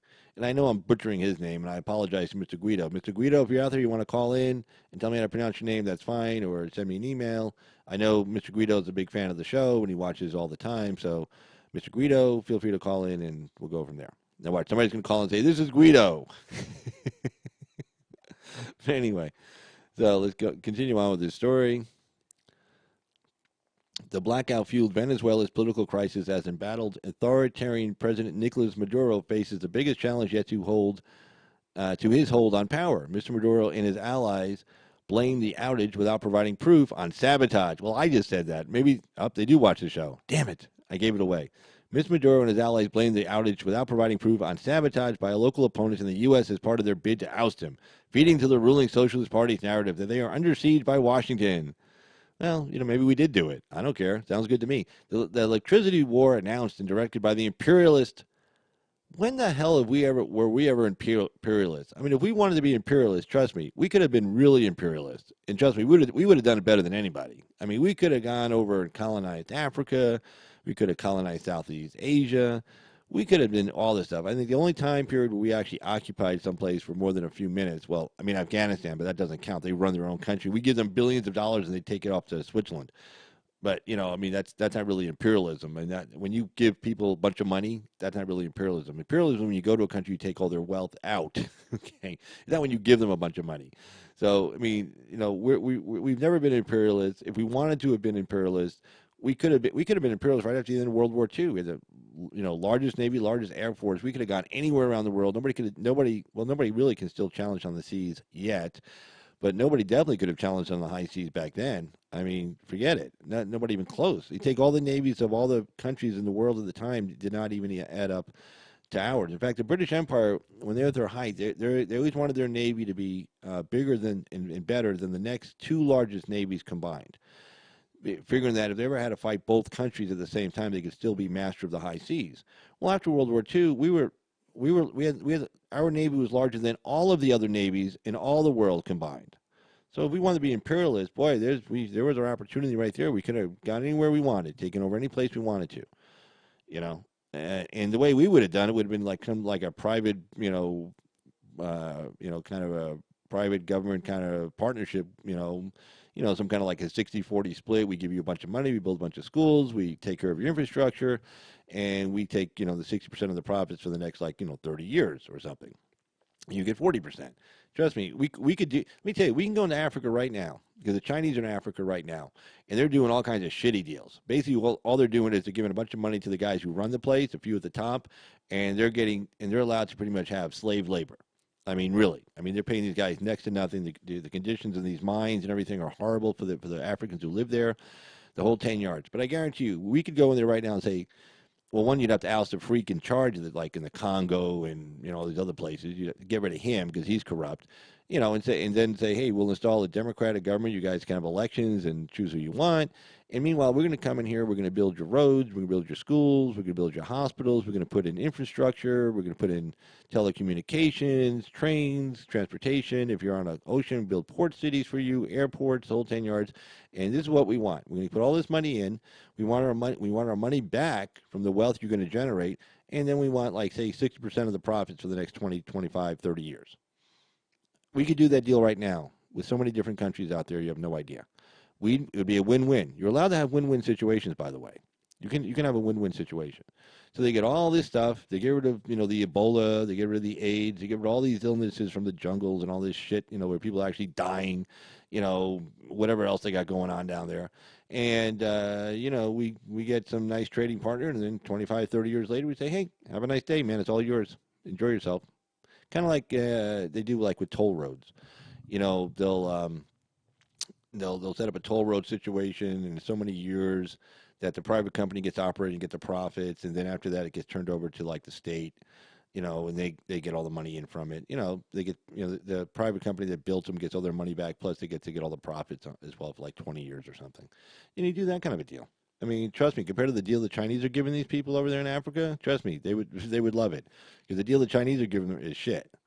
Okay, the Chinese, what they're doing in Africa right now is crap. It's an awful deal for them. So, but anyway, so let's get back to Venezuela. Okay, so I was talking about the economic war. Okay, then his government ordered schools and business closed on Friday as they try to restart power. Juan Guaido, here we go, the head of the National Assembly, who has declared himself interim president, said that corruption and incompetence were to blame for the crisis and called on Mr. Maduro to make way for a new government that could solve the country's economic and political crisis. Secretary of State Mike Pompeo denied the U.S. is replacing the blame. He denied the U.S. and is replacing the blame on a government that created a humanitarian crisis. Power shortages and starvation are the results of the Maduro regime's incompetence, he said. Maduro's policies bring nothing but darkness. Marco Rubio, who's been pretty much leading on this thing, he's been right on the same page with Donald Trump. That's the whole thing. I saw somebody criticizing, who was it? Oh, Lindsey Graham. They say, oh, Lindsey Graham said all these horrible things about Trump during the campaign, and now look at him, he's over there, being friendly with him, and they even said like he was kissing his ass. Well, he wasn't kissing his ass because he agrees with his policies. Yeah, Lindsey Graham was pissed off at Trump. Trump beat him in the primaries, and Trump didn't just beat him in the primary. Remember, during the primaries, Trump let Lindsey Graham's cell number to have people call him and harass him. I mean, Trump was a real dick to the guy. But we're men. To the women out there, I guess you could say you're women. But you don't hold a grudge forever. Marco Rubio, trust me, him and Trump, there's no love lost between them during the campaign. But these are people who are responsible. Rubio represents, he's a senator for Florida. He represents the people of Florida. A lot of Venezuelans in Florida who live there right now. And a lot of people who are sympathetic to the Venezuelan cause who live in Florida right now, and he's representing them. And he's like, yeah, okay, Trump was a real asshole to me, the small hand thing in the water and back and forth and all this shit. But, at some point you get over it. And the Democrats, of course, they're like, oh, I can't believe that, guys like Rubio and Lindsey Graham, they're all friends with Trump now. It's like, well, they're supporting what he's doing. It's like, why? Because the guy called you names during the campaign that, oh, you're supposed to hate him forever and never work with him? But see, that's how the Democrats think. Right? That's known as the Trump derangement syndrome. This is why the Democrats won't work with Trump. Oh, Trump's an awful guy. Look what he says. Look at the things he does. Oh, he tweets those terrible things out. Oh, he's so obnoxious. Oh, when it's like, well, can you work with? And then Trump's like, hey, can you work with me on this deal? It'll help the country. It'll help the American people. Oh, screw you. You're crazy. I don't want to work with you on anything. Well, no, this will help the country. It's not even going to help me. But it'll help these like average Americans. They're like, no, we don't want to do that. It's like, well, what's your point? See, that's what they can't understand, how Republicans can come back and work with each other after a real brutal election. Hey, Reagan Bush in 1980, I was there. Okay, that was a brutal primary. I mean,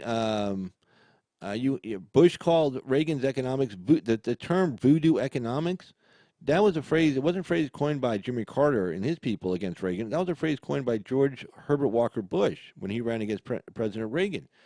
And that was a real brutal campaign. I remember it. That was 1980.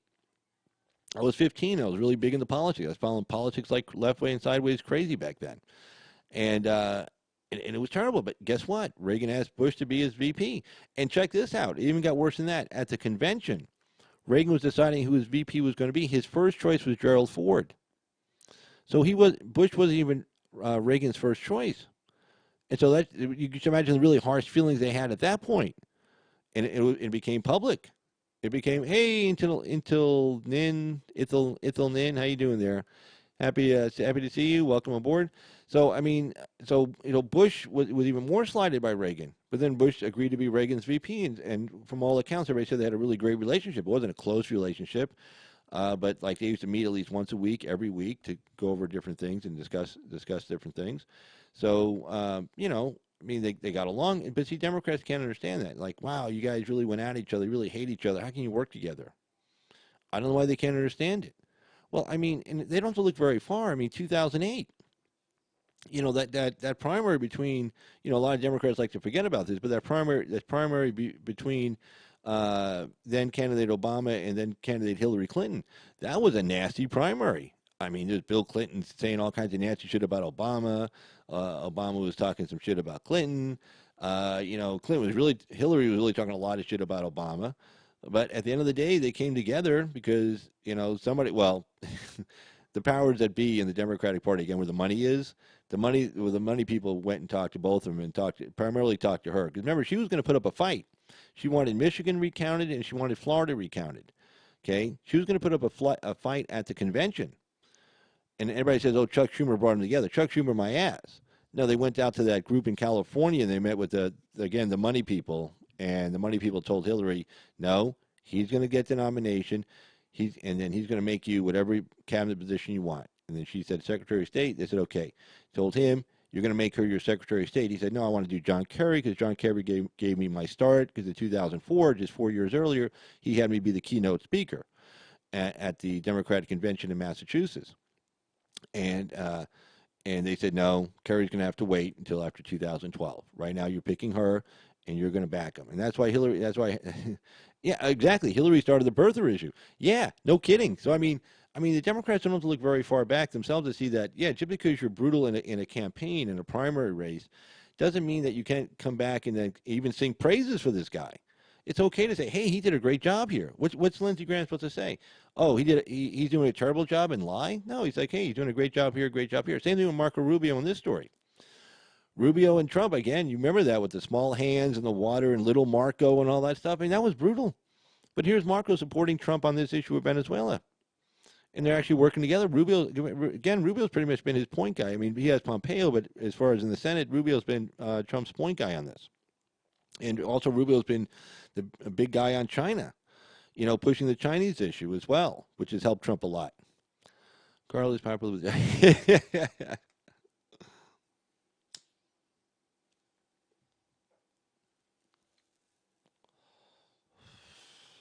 But let's see. So anyway, so I mean, it just amazes me how Democrats can't think that people can work together after they beat each other up in the primaries. Oh, now Graham's kissing his ass. Well, unbelievable! I can't believe he's doing that. It's like, why not? We got to get shit done. I mean, you guys don't want to get anything done. I mean, remember all these people on like MSNBC and CNN. These people all make 6 and 7 figure salaries. You know, regardless of how the economy's doing. The economy goes down to the shitter. These people are still making their salaries. Okay, so they don't have any skin in the game. They don't care if the economy is doing good. They don't care if Trump is doing good and Trump is doing a good job for the economy. They don't care about that. I talk to a lot of liberals. I say, well, what about the economy? Look at the GDP. Look at the unemployment numbers. Look at all this. Oh, we don't care about that. It's like, well, how can you not care about that? Your fellow Americans have jobs. Your fellow Americans have a little breathing space now. They don't have to worry about where they're going to get the mortgage payment from next month. They don't know how they're going to pay their electricity bill. They don't know, maybe, the kid's birthday is coming up. Can you take the kid out for dinner for his birthday? They say, I'm sorry, we can't do a birthday party this year, and watch the kid cry in their face. That's got to be pretty devastating, like it was during the recession.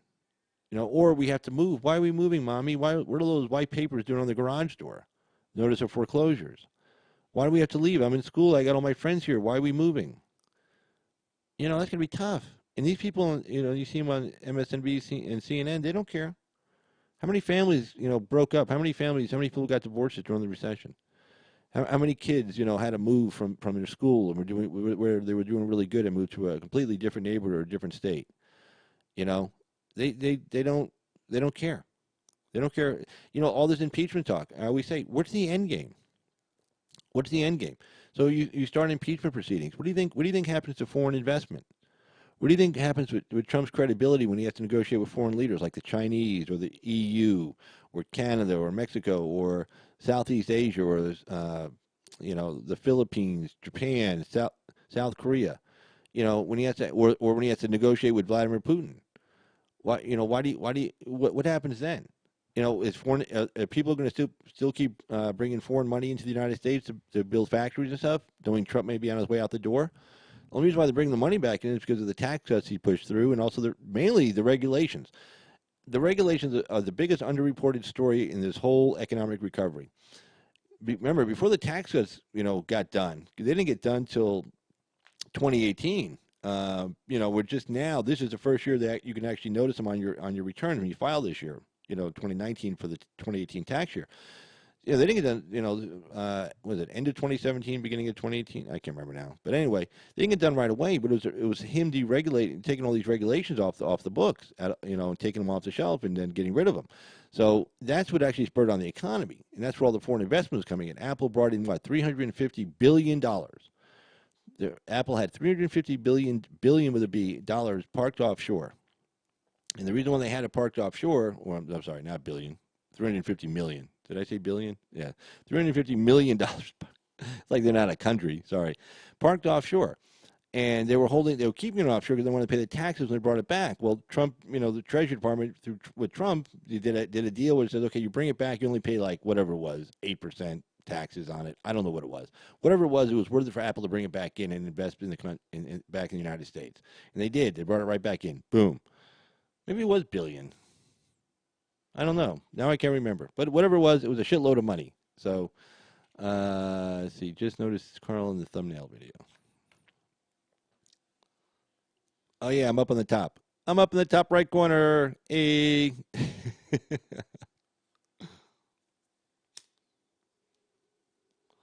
Actually, hold on. I'll make myself a little bit bigger. Hold on. Here we go. Boom, boom, boom.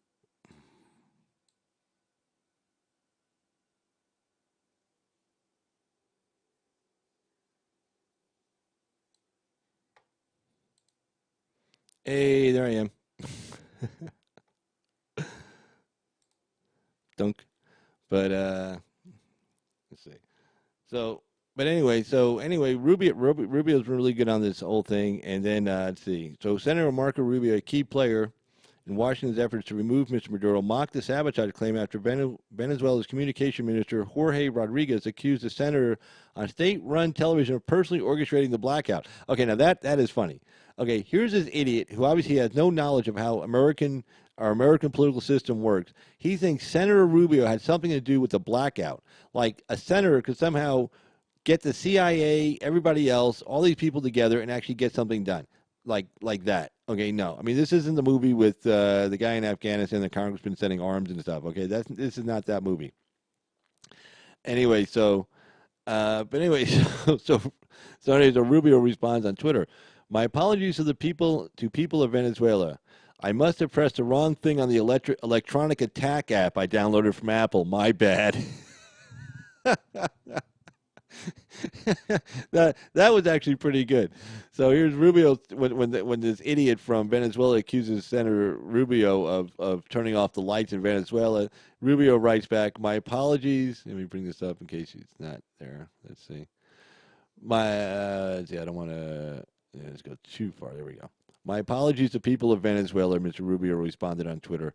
I must have pressed the wrong thing on the electronic attack app I downloaded from Apple. My bad.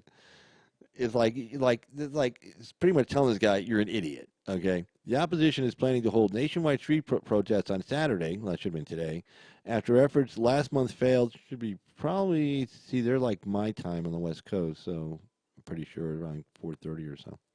The opposition is planning to hold nationwide street protests on Saturday after efforts last month failed to convince the military to rebel against Mr. Maduro by disobeying orders and allowing humanitarian aid into Venezuela. We know for many months that a general blackout would happen because of the lack of maintenance, said Juan Pablo Olaguiaga, head of the chamber that represents Venezuela's industry. So that's the funny story. Let's see what else we can find here real quick. All right, let me bounce myself over here. Boom. Boop. Hey, look, there's two of me. Me and me. Me in the picture. Me and mini me.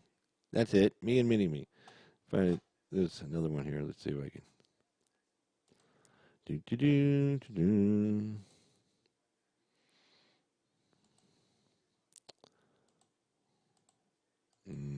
Nope.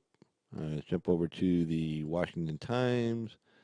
And let me get to another story over here. Here we go.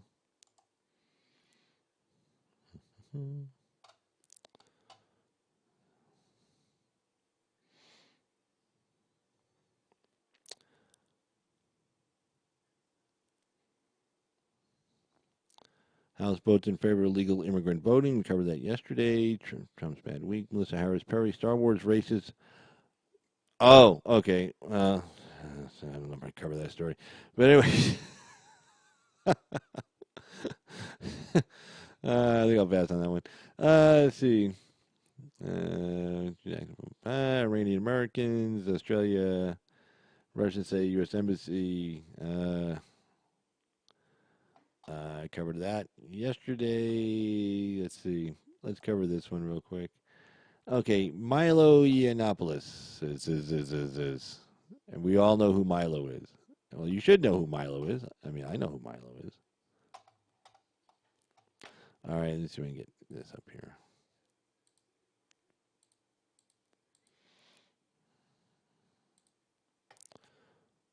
Boom. There we go. Nope. One more. Here we go. Let's punch this up just a little bit better here.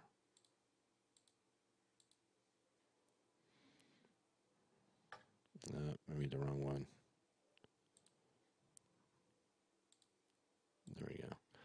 All right.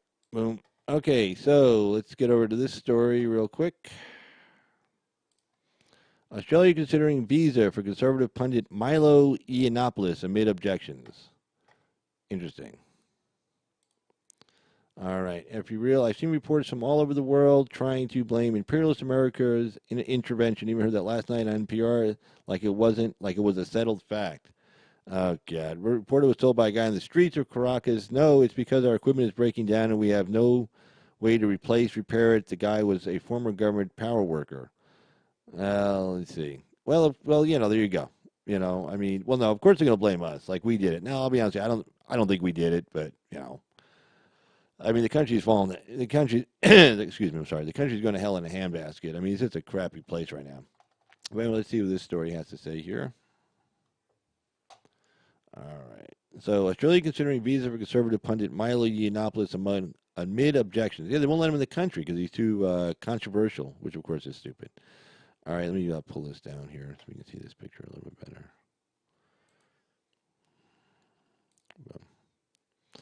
All right. So, boom. All right. So, Australia is expected to let conservative commentator Milo Yiannopoulos enter the country after all, despite objections from immigration officials, regional media reported Saturday. David Coleman, Australia's Minister of Immigration, is slated to personally approve a visa application submitted on behalf of Mr. Yiannopoulos, the Sydney Morning Herald reported. Australian media reported days earlier that Mr. Yiannopoulos, a British citizen, was recently denied a visa by the Department of Home Affairs on character grounds and effectively banned from entering the country. That's just crazy. I mean, imagine that being banned from entering a country. I mean, you're not a criminal or anything like that. You're just a regular guy, and they're going to ban him from entering the country. Common sense has prevailed. I see. Mr. Coleman disagreed with the decision and is expected to intervene, however, the newspaper reported. So, I see. Common sense has prevailed after ordinary Australians threw a fit, Mr. Yiannopoulos told the Washington Times. American conservatives should take note. Right. In other words, don't just back down. Scott Morrison, the Prime Minister of Australia, briefly discussed the situation while addressing reporters in Perth. There is a process that is followed in relation to character issues. That's hilarious. Character issues. Yeah, how many radical Muslim clerics are allowed into Australia? Okay, who actually call for jihad, who call for terrorism, who call for attacks on Westerners? I bet they get in. I bet their character is not called into question. So anyway, there's a process that is followed in relation to character issues regarding people who wish to come to Australia, and the minister, Coleman, has been following that normal process, said Mr. Morrison. There have been discussions taken to date by the department, and it's open to the minister to play a role in that process where he believes it is necessary to do something. This is just a normal process following through, Mr. Morrison added. The minister has allowed that process to go to the point, and he'll make a decision on this issue shortly. A former editor for Breitbart News, Mr. Yiannopoulos, has come under fire in the U.S. and abroad for controversial comments, including remarks widely considered critical of Islam and feminism. Forget the feminism part. It's the Islam thing. And you saw when, what's her name? God, Lauren Southern.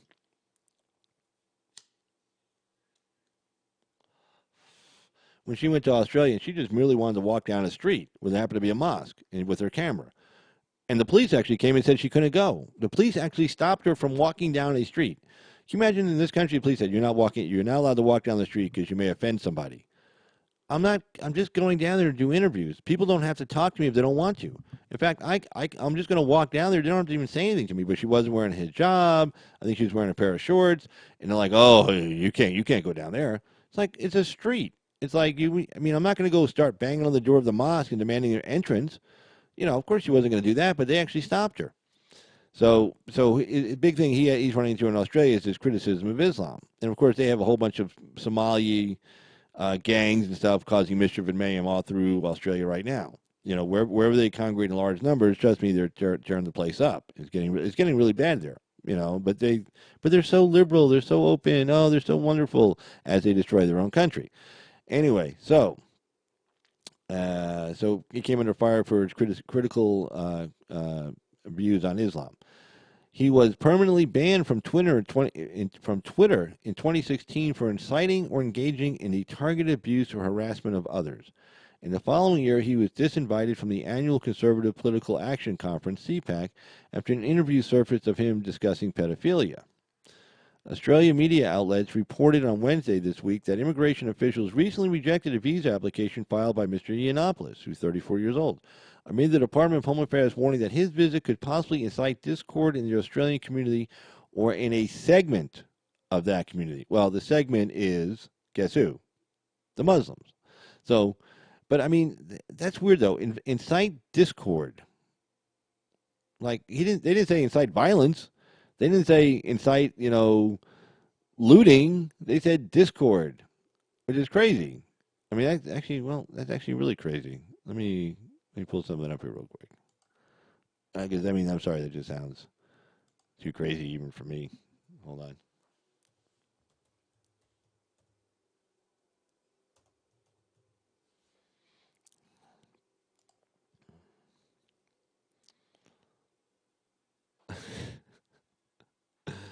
Okay, let's see here. I just brought up the definition. It should be coming up here in a second.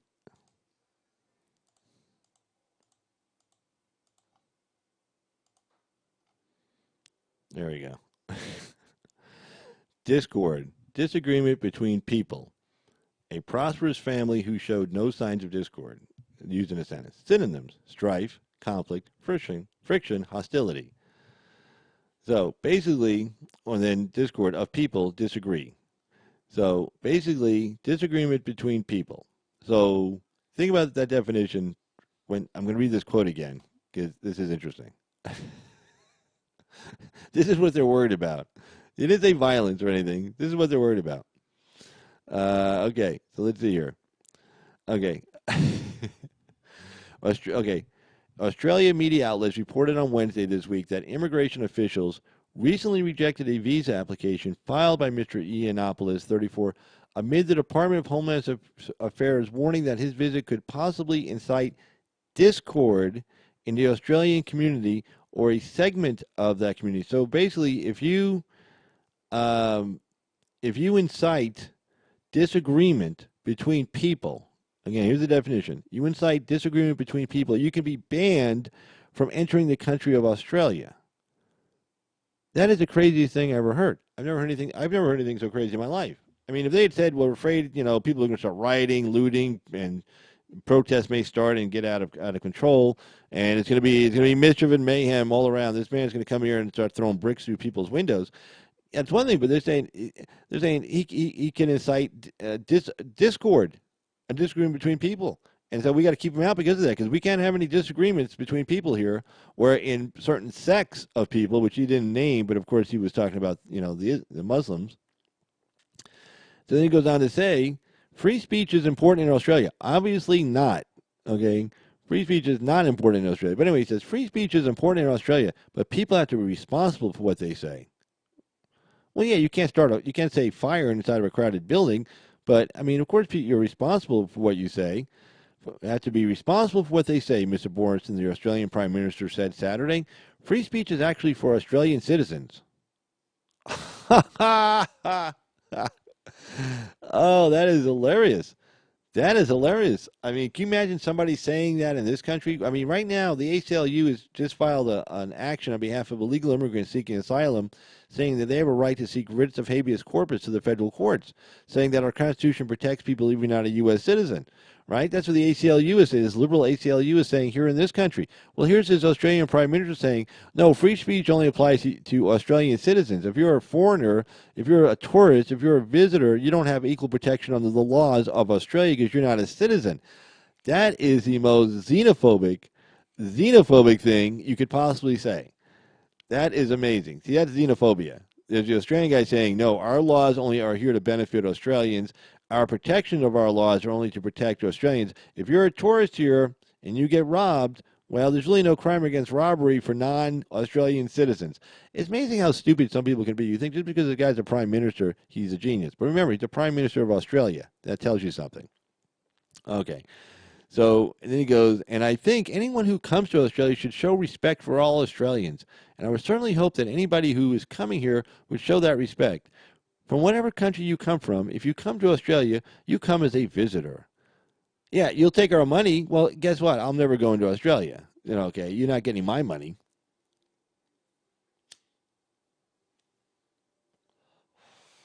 I mean, I walked out of a chiropractor's office because they treated me badly. I'm not going to go somewhere ahead of time knowing they're going to treat me badly and give them any of my money. And I said, I'm not giving you people my money. I paid them for a few pennies. Well, it was like $50. I paid them like $50. They said, okay, tell me how much it is for what you did for me, which they didn't do anything. And I said, here's $50. Okay. And they said, bye. And it's like, but I'm not going to go to Australia and give them my money knowing that they're assholes. Every real, I had to donate a little to Tommy's legal fund.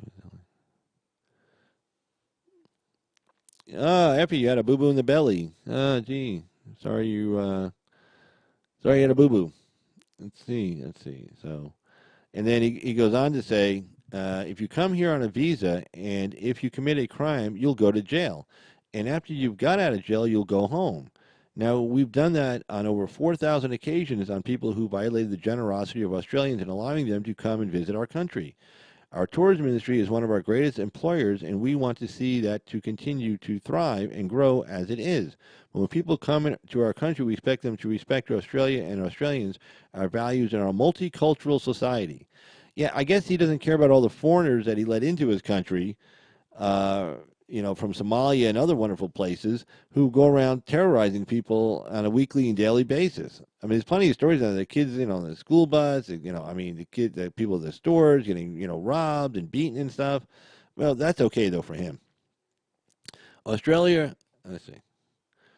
Australia has had previously denied visas to foreigners on character grounds, including WikiLeaks source Chelsea Manning and Proud Boys founder Gavin McGuinness. Mr. Yiannopoulos previously traveled to Australia in December of 2017, where his appearance at an event in Melbourne spurred violent protests and resulted in minor injuries for at least 5 police officers. Yeah, violent protests against him. Those weren't his supporters. So, I mean, go after the guys who were showing up to attack somebody. Don't blame it on Milo. Oh, Milo made them attack him. Really? They couldn't just, keep quiet. No. A fiery protest that erupted months earlier during a planned appearance by Mr. Yiannopoulos at the University of California, Berkeley, resulted in the cancellation of that event and several others meanwhile. Well, there you go. Pretty crazy. All right, let's see what else we got here. And jump me back over here. You have to watch me scrolling through the newspapers. Hey, there's me again. Hey, everybody. Hey. But let's see. Let's check out what we got else here to cover.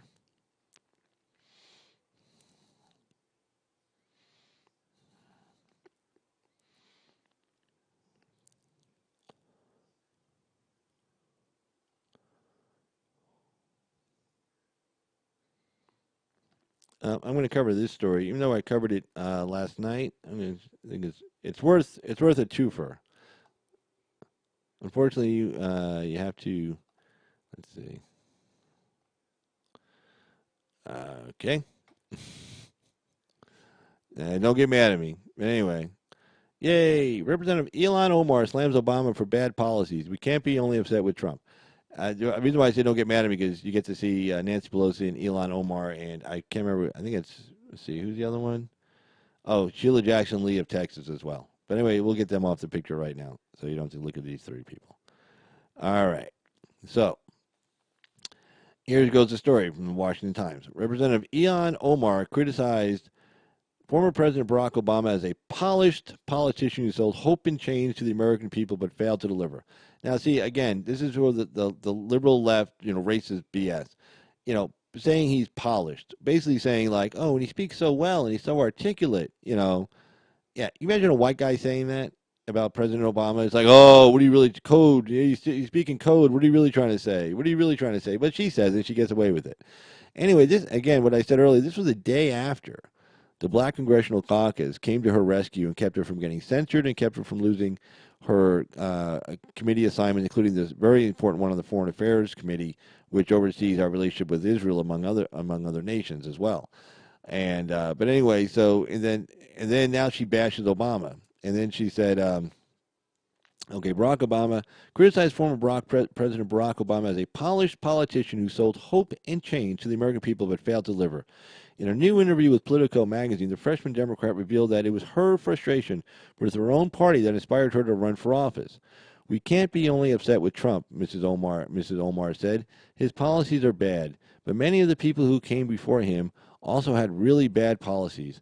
They were just more polished than he was. And that's not what we should be looking for anymore, she added. We don't want anybody to get away with murder because they are polished. We want to recognize the actual policies that are behind the pretty face and the smile. God, if this was a white man saying this about Obama, it'd be like, you racist. But anyway, uh, Miss Omar said the Hope and Change slogan offered by Mr. Obama was a mirage, citing the caging of kids at the U.S.-Mexico border and the droning of countries around the world. And, of course, the droning of countries means the droning of Muslim countries. Of course, that's what she's really upset about. You know, that's a big thing. Stacy Dash. Yeah, I saw her at the Young Black Young Black Leadership Summit. The one she was one of the speakers on one of the days here when they were in that conference room by the hotel. Yeah, she seemed like she knows what she's talking about.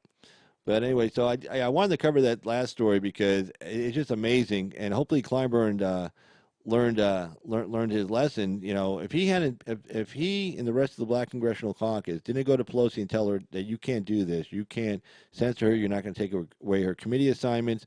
If he hadn't done that, she would have lost her committee assignments and she would have been censored. But he went to bat for her, and then the day after that, she decides to attack their hero, President Obama. So all I can say is hopefully Jim Clyburn learned his lesson, because he just looked like an idiot after all this is done. He got egg on his face big time. I'm sure his colleagues are like, oh, yeah, this is the woman you told us to back up, this lady, this Ilhan Omar lady. Huh. So anyway, that one was pretty crazy. But anyway, the phone lines are open. Area code 775-273-8970. You can call in on that number, or you can appear in a, let's see, get you over here. Boom. Boom. You appear in the call-in number 775-273-8970, or you can even appear in a VMix video call, and I'll send you a link. Just send me an email. Let me know you send me an email, and I'll send you the link. You can appear side by side on camera if you wish to do that. It's even though I discuss a number of issues, or it's an open topic. I always forget to say that, but it's open topic. So any topic you want to discuss, that'll be fine. And let's see. I got too many pictures of me up there. That's got to be driving somebody crazy. There we go. So it's open topics. Anything you want to talk about, any news, any politics, anything you want to talk about, it's like I said, feel free. No big deal there. But other than that, if we're not going to take any more calls, that's pretty much the topics I wanted to discuss today. So unless somebody wants to discuss something else, or anybody has any questions on any other issues, I'll pretty much sign off for the evening. I know Axe is coming on later tonight. I think he said he was coming on at 10 o'clock his time, Eastern, which is 7 o'clock Western time. And I know ABL, his show starts up at 5 o'clock my time on Saturdays as well. Truth hurts. They're making us hate each other, and no London ain't. It's nice. Huh. Oh, Effie, my back. Effie, much better. Oh God, yeah. That was awful. That was terrible. And what happened was it was like, I can't remember which week it was now, but it was like a Tuesday. I hurt my back really bad, and I went to the chiropractor. It was a disaster. But by Friday, I felt better. But unfortunately, I should have stayed down Friday. But I got up. I wanted to go to work, go to the office. So I went to work, went to the office, went over, met some people in the jail, went to the courthouse. Did a bunch of lifting, went to the grocery store, bought a bunch of groceries, and by that Friday night, and I think there was a night I was on the live stream where I had to cut the live stream off. That Friday night, I was in so much pain. I got into bed. I was in more pain that Friday night than I was that Tuesday. But I had this little TENS unit, portable TENS unit, hooked up to my back, and just took it easy. Used ice, 20 minutes, and heat, back and forth kind of stuff, and got it worked out. And wore tennis shoes to court, for 2 weeks. Didn't want to put any, dress shoes on or anything. So, yeah. But oh yeah, just sick. Ooh, yeah, much much better. But no, thanks, totally. Thanks for asking about that. 80s is kind of that time. That's a minute. Let's see. But anyway, I want to thank everybody who's been in the chat today, everybody who's been viewing the video, and just want to thank all those who'll be listening later. If you like the video, please hit the like button. It's a very, very good thing for me if you do that. And I'm going to go ahead and end the live stream. I would say thanks, everybody. I'll probably be on ABL's live stream, watching that on his chat room, and probably on Axe's live stream later as well. So I just want to say thanks for watching. And next time we'll see you on Carl's Opinion. So have a good one. Bye-bye.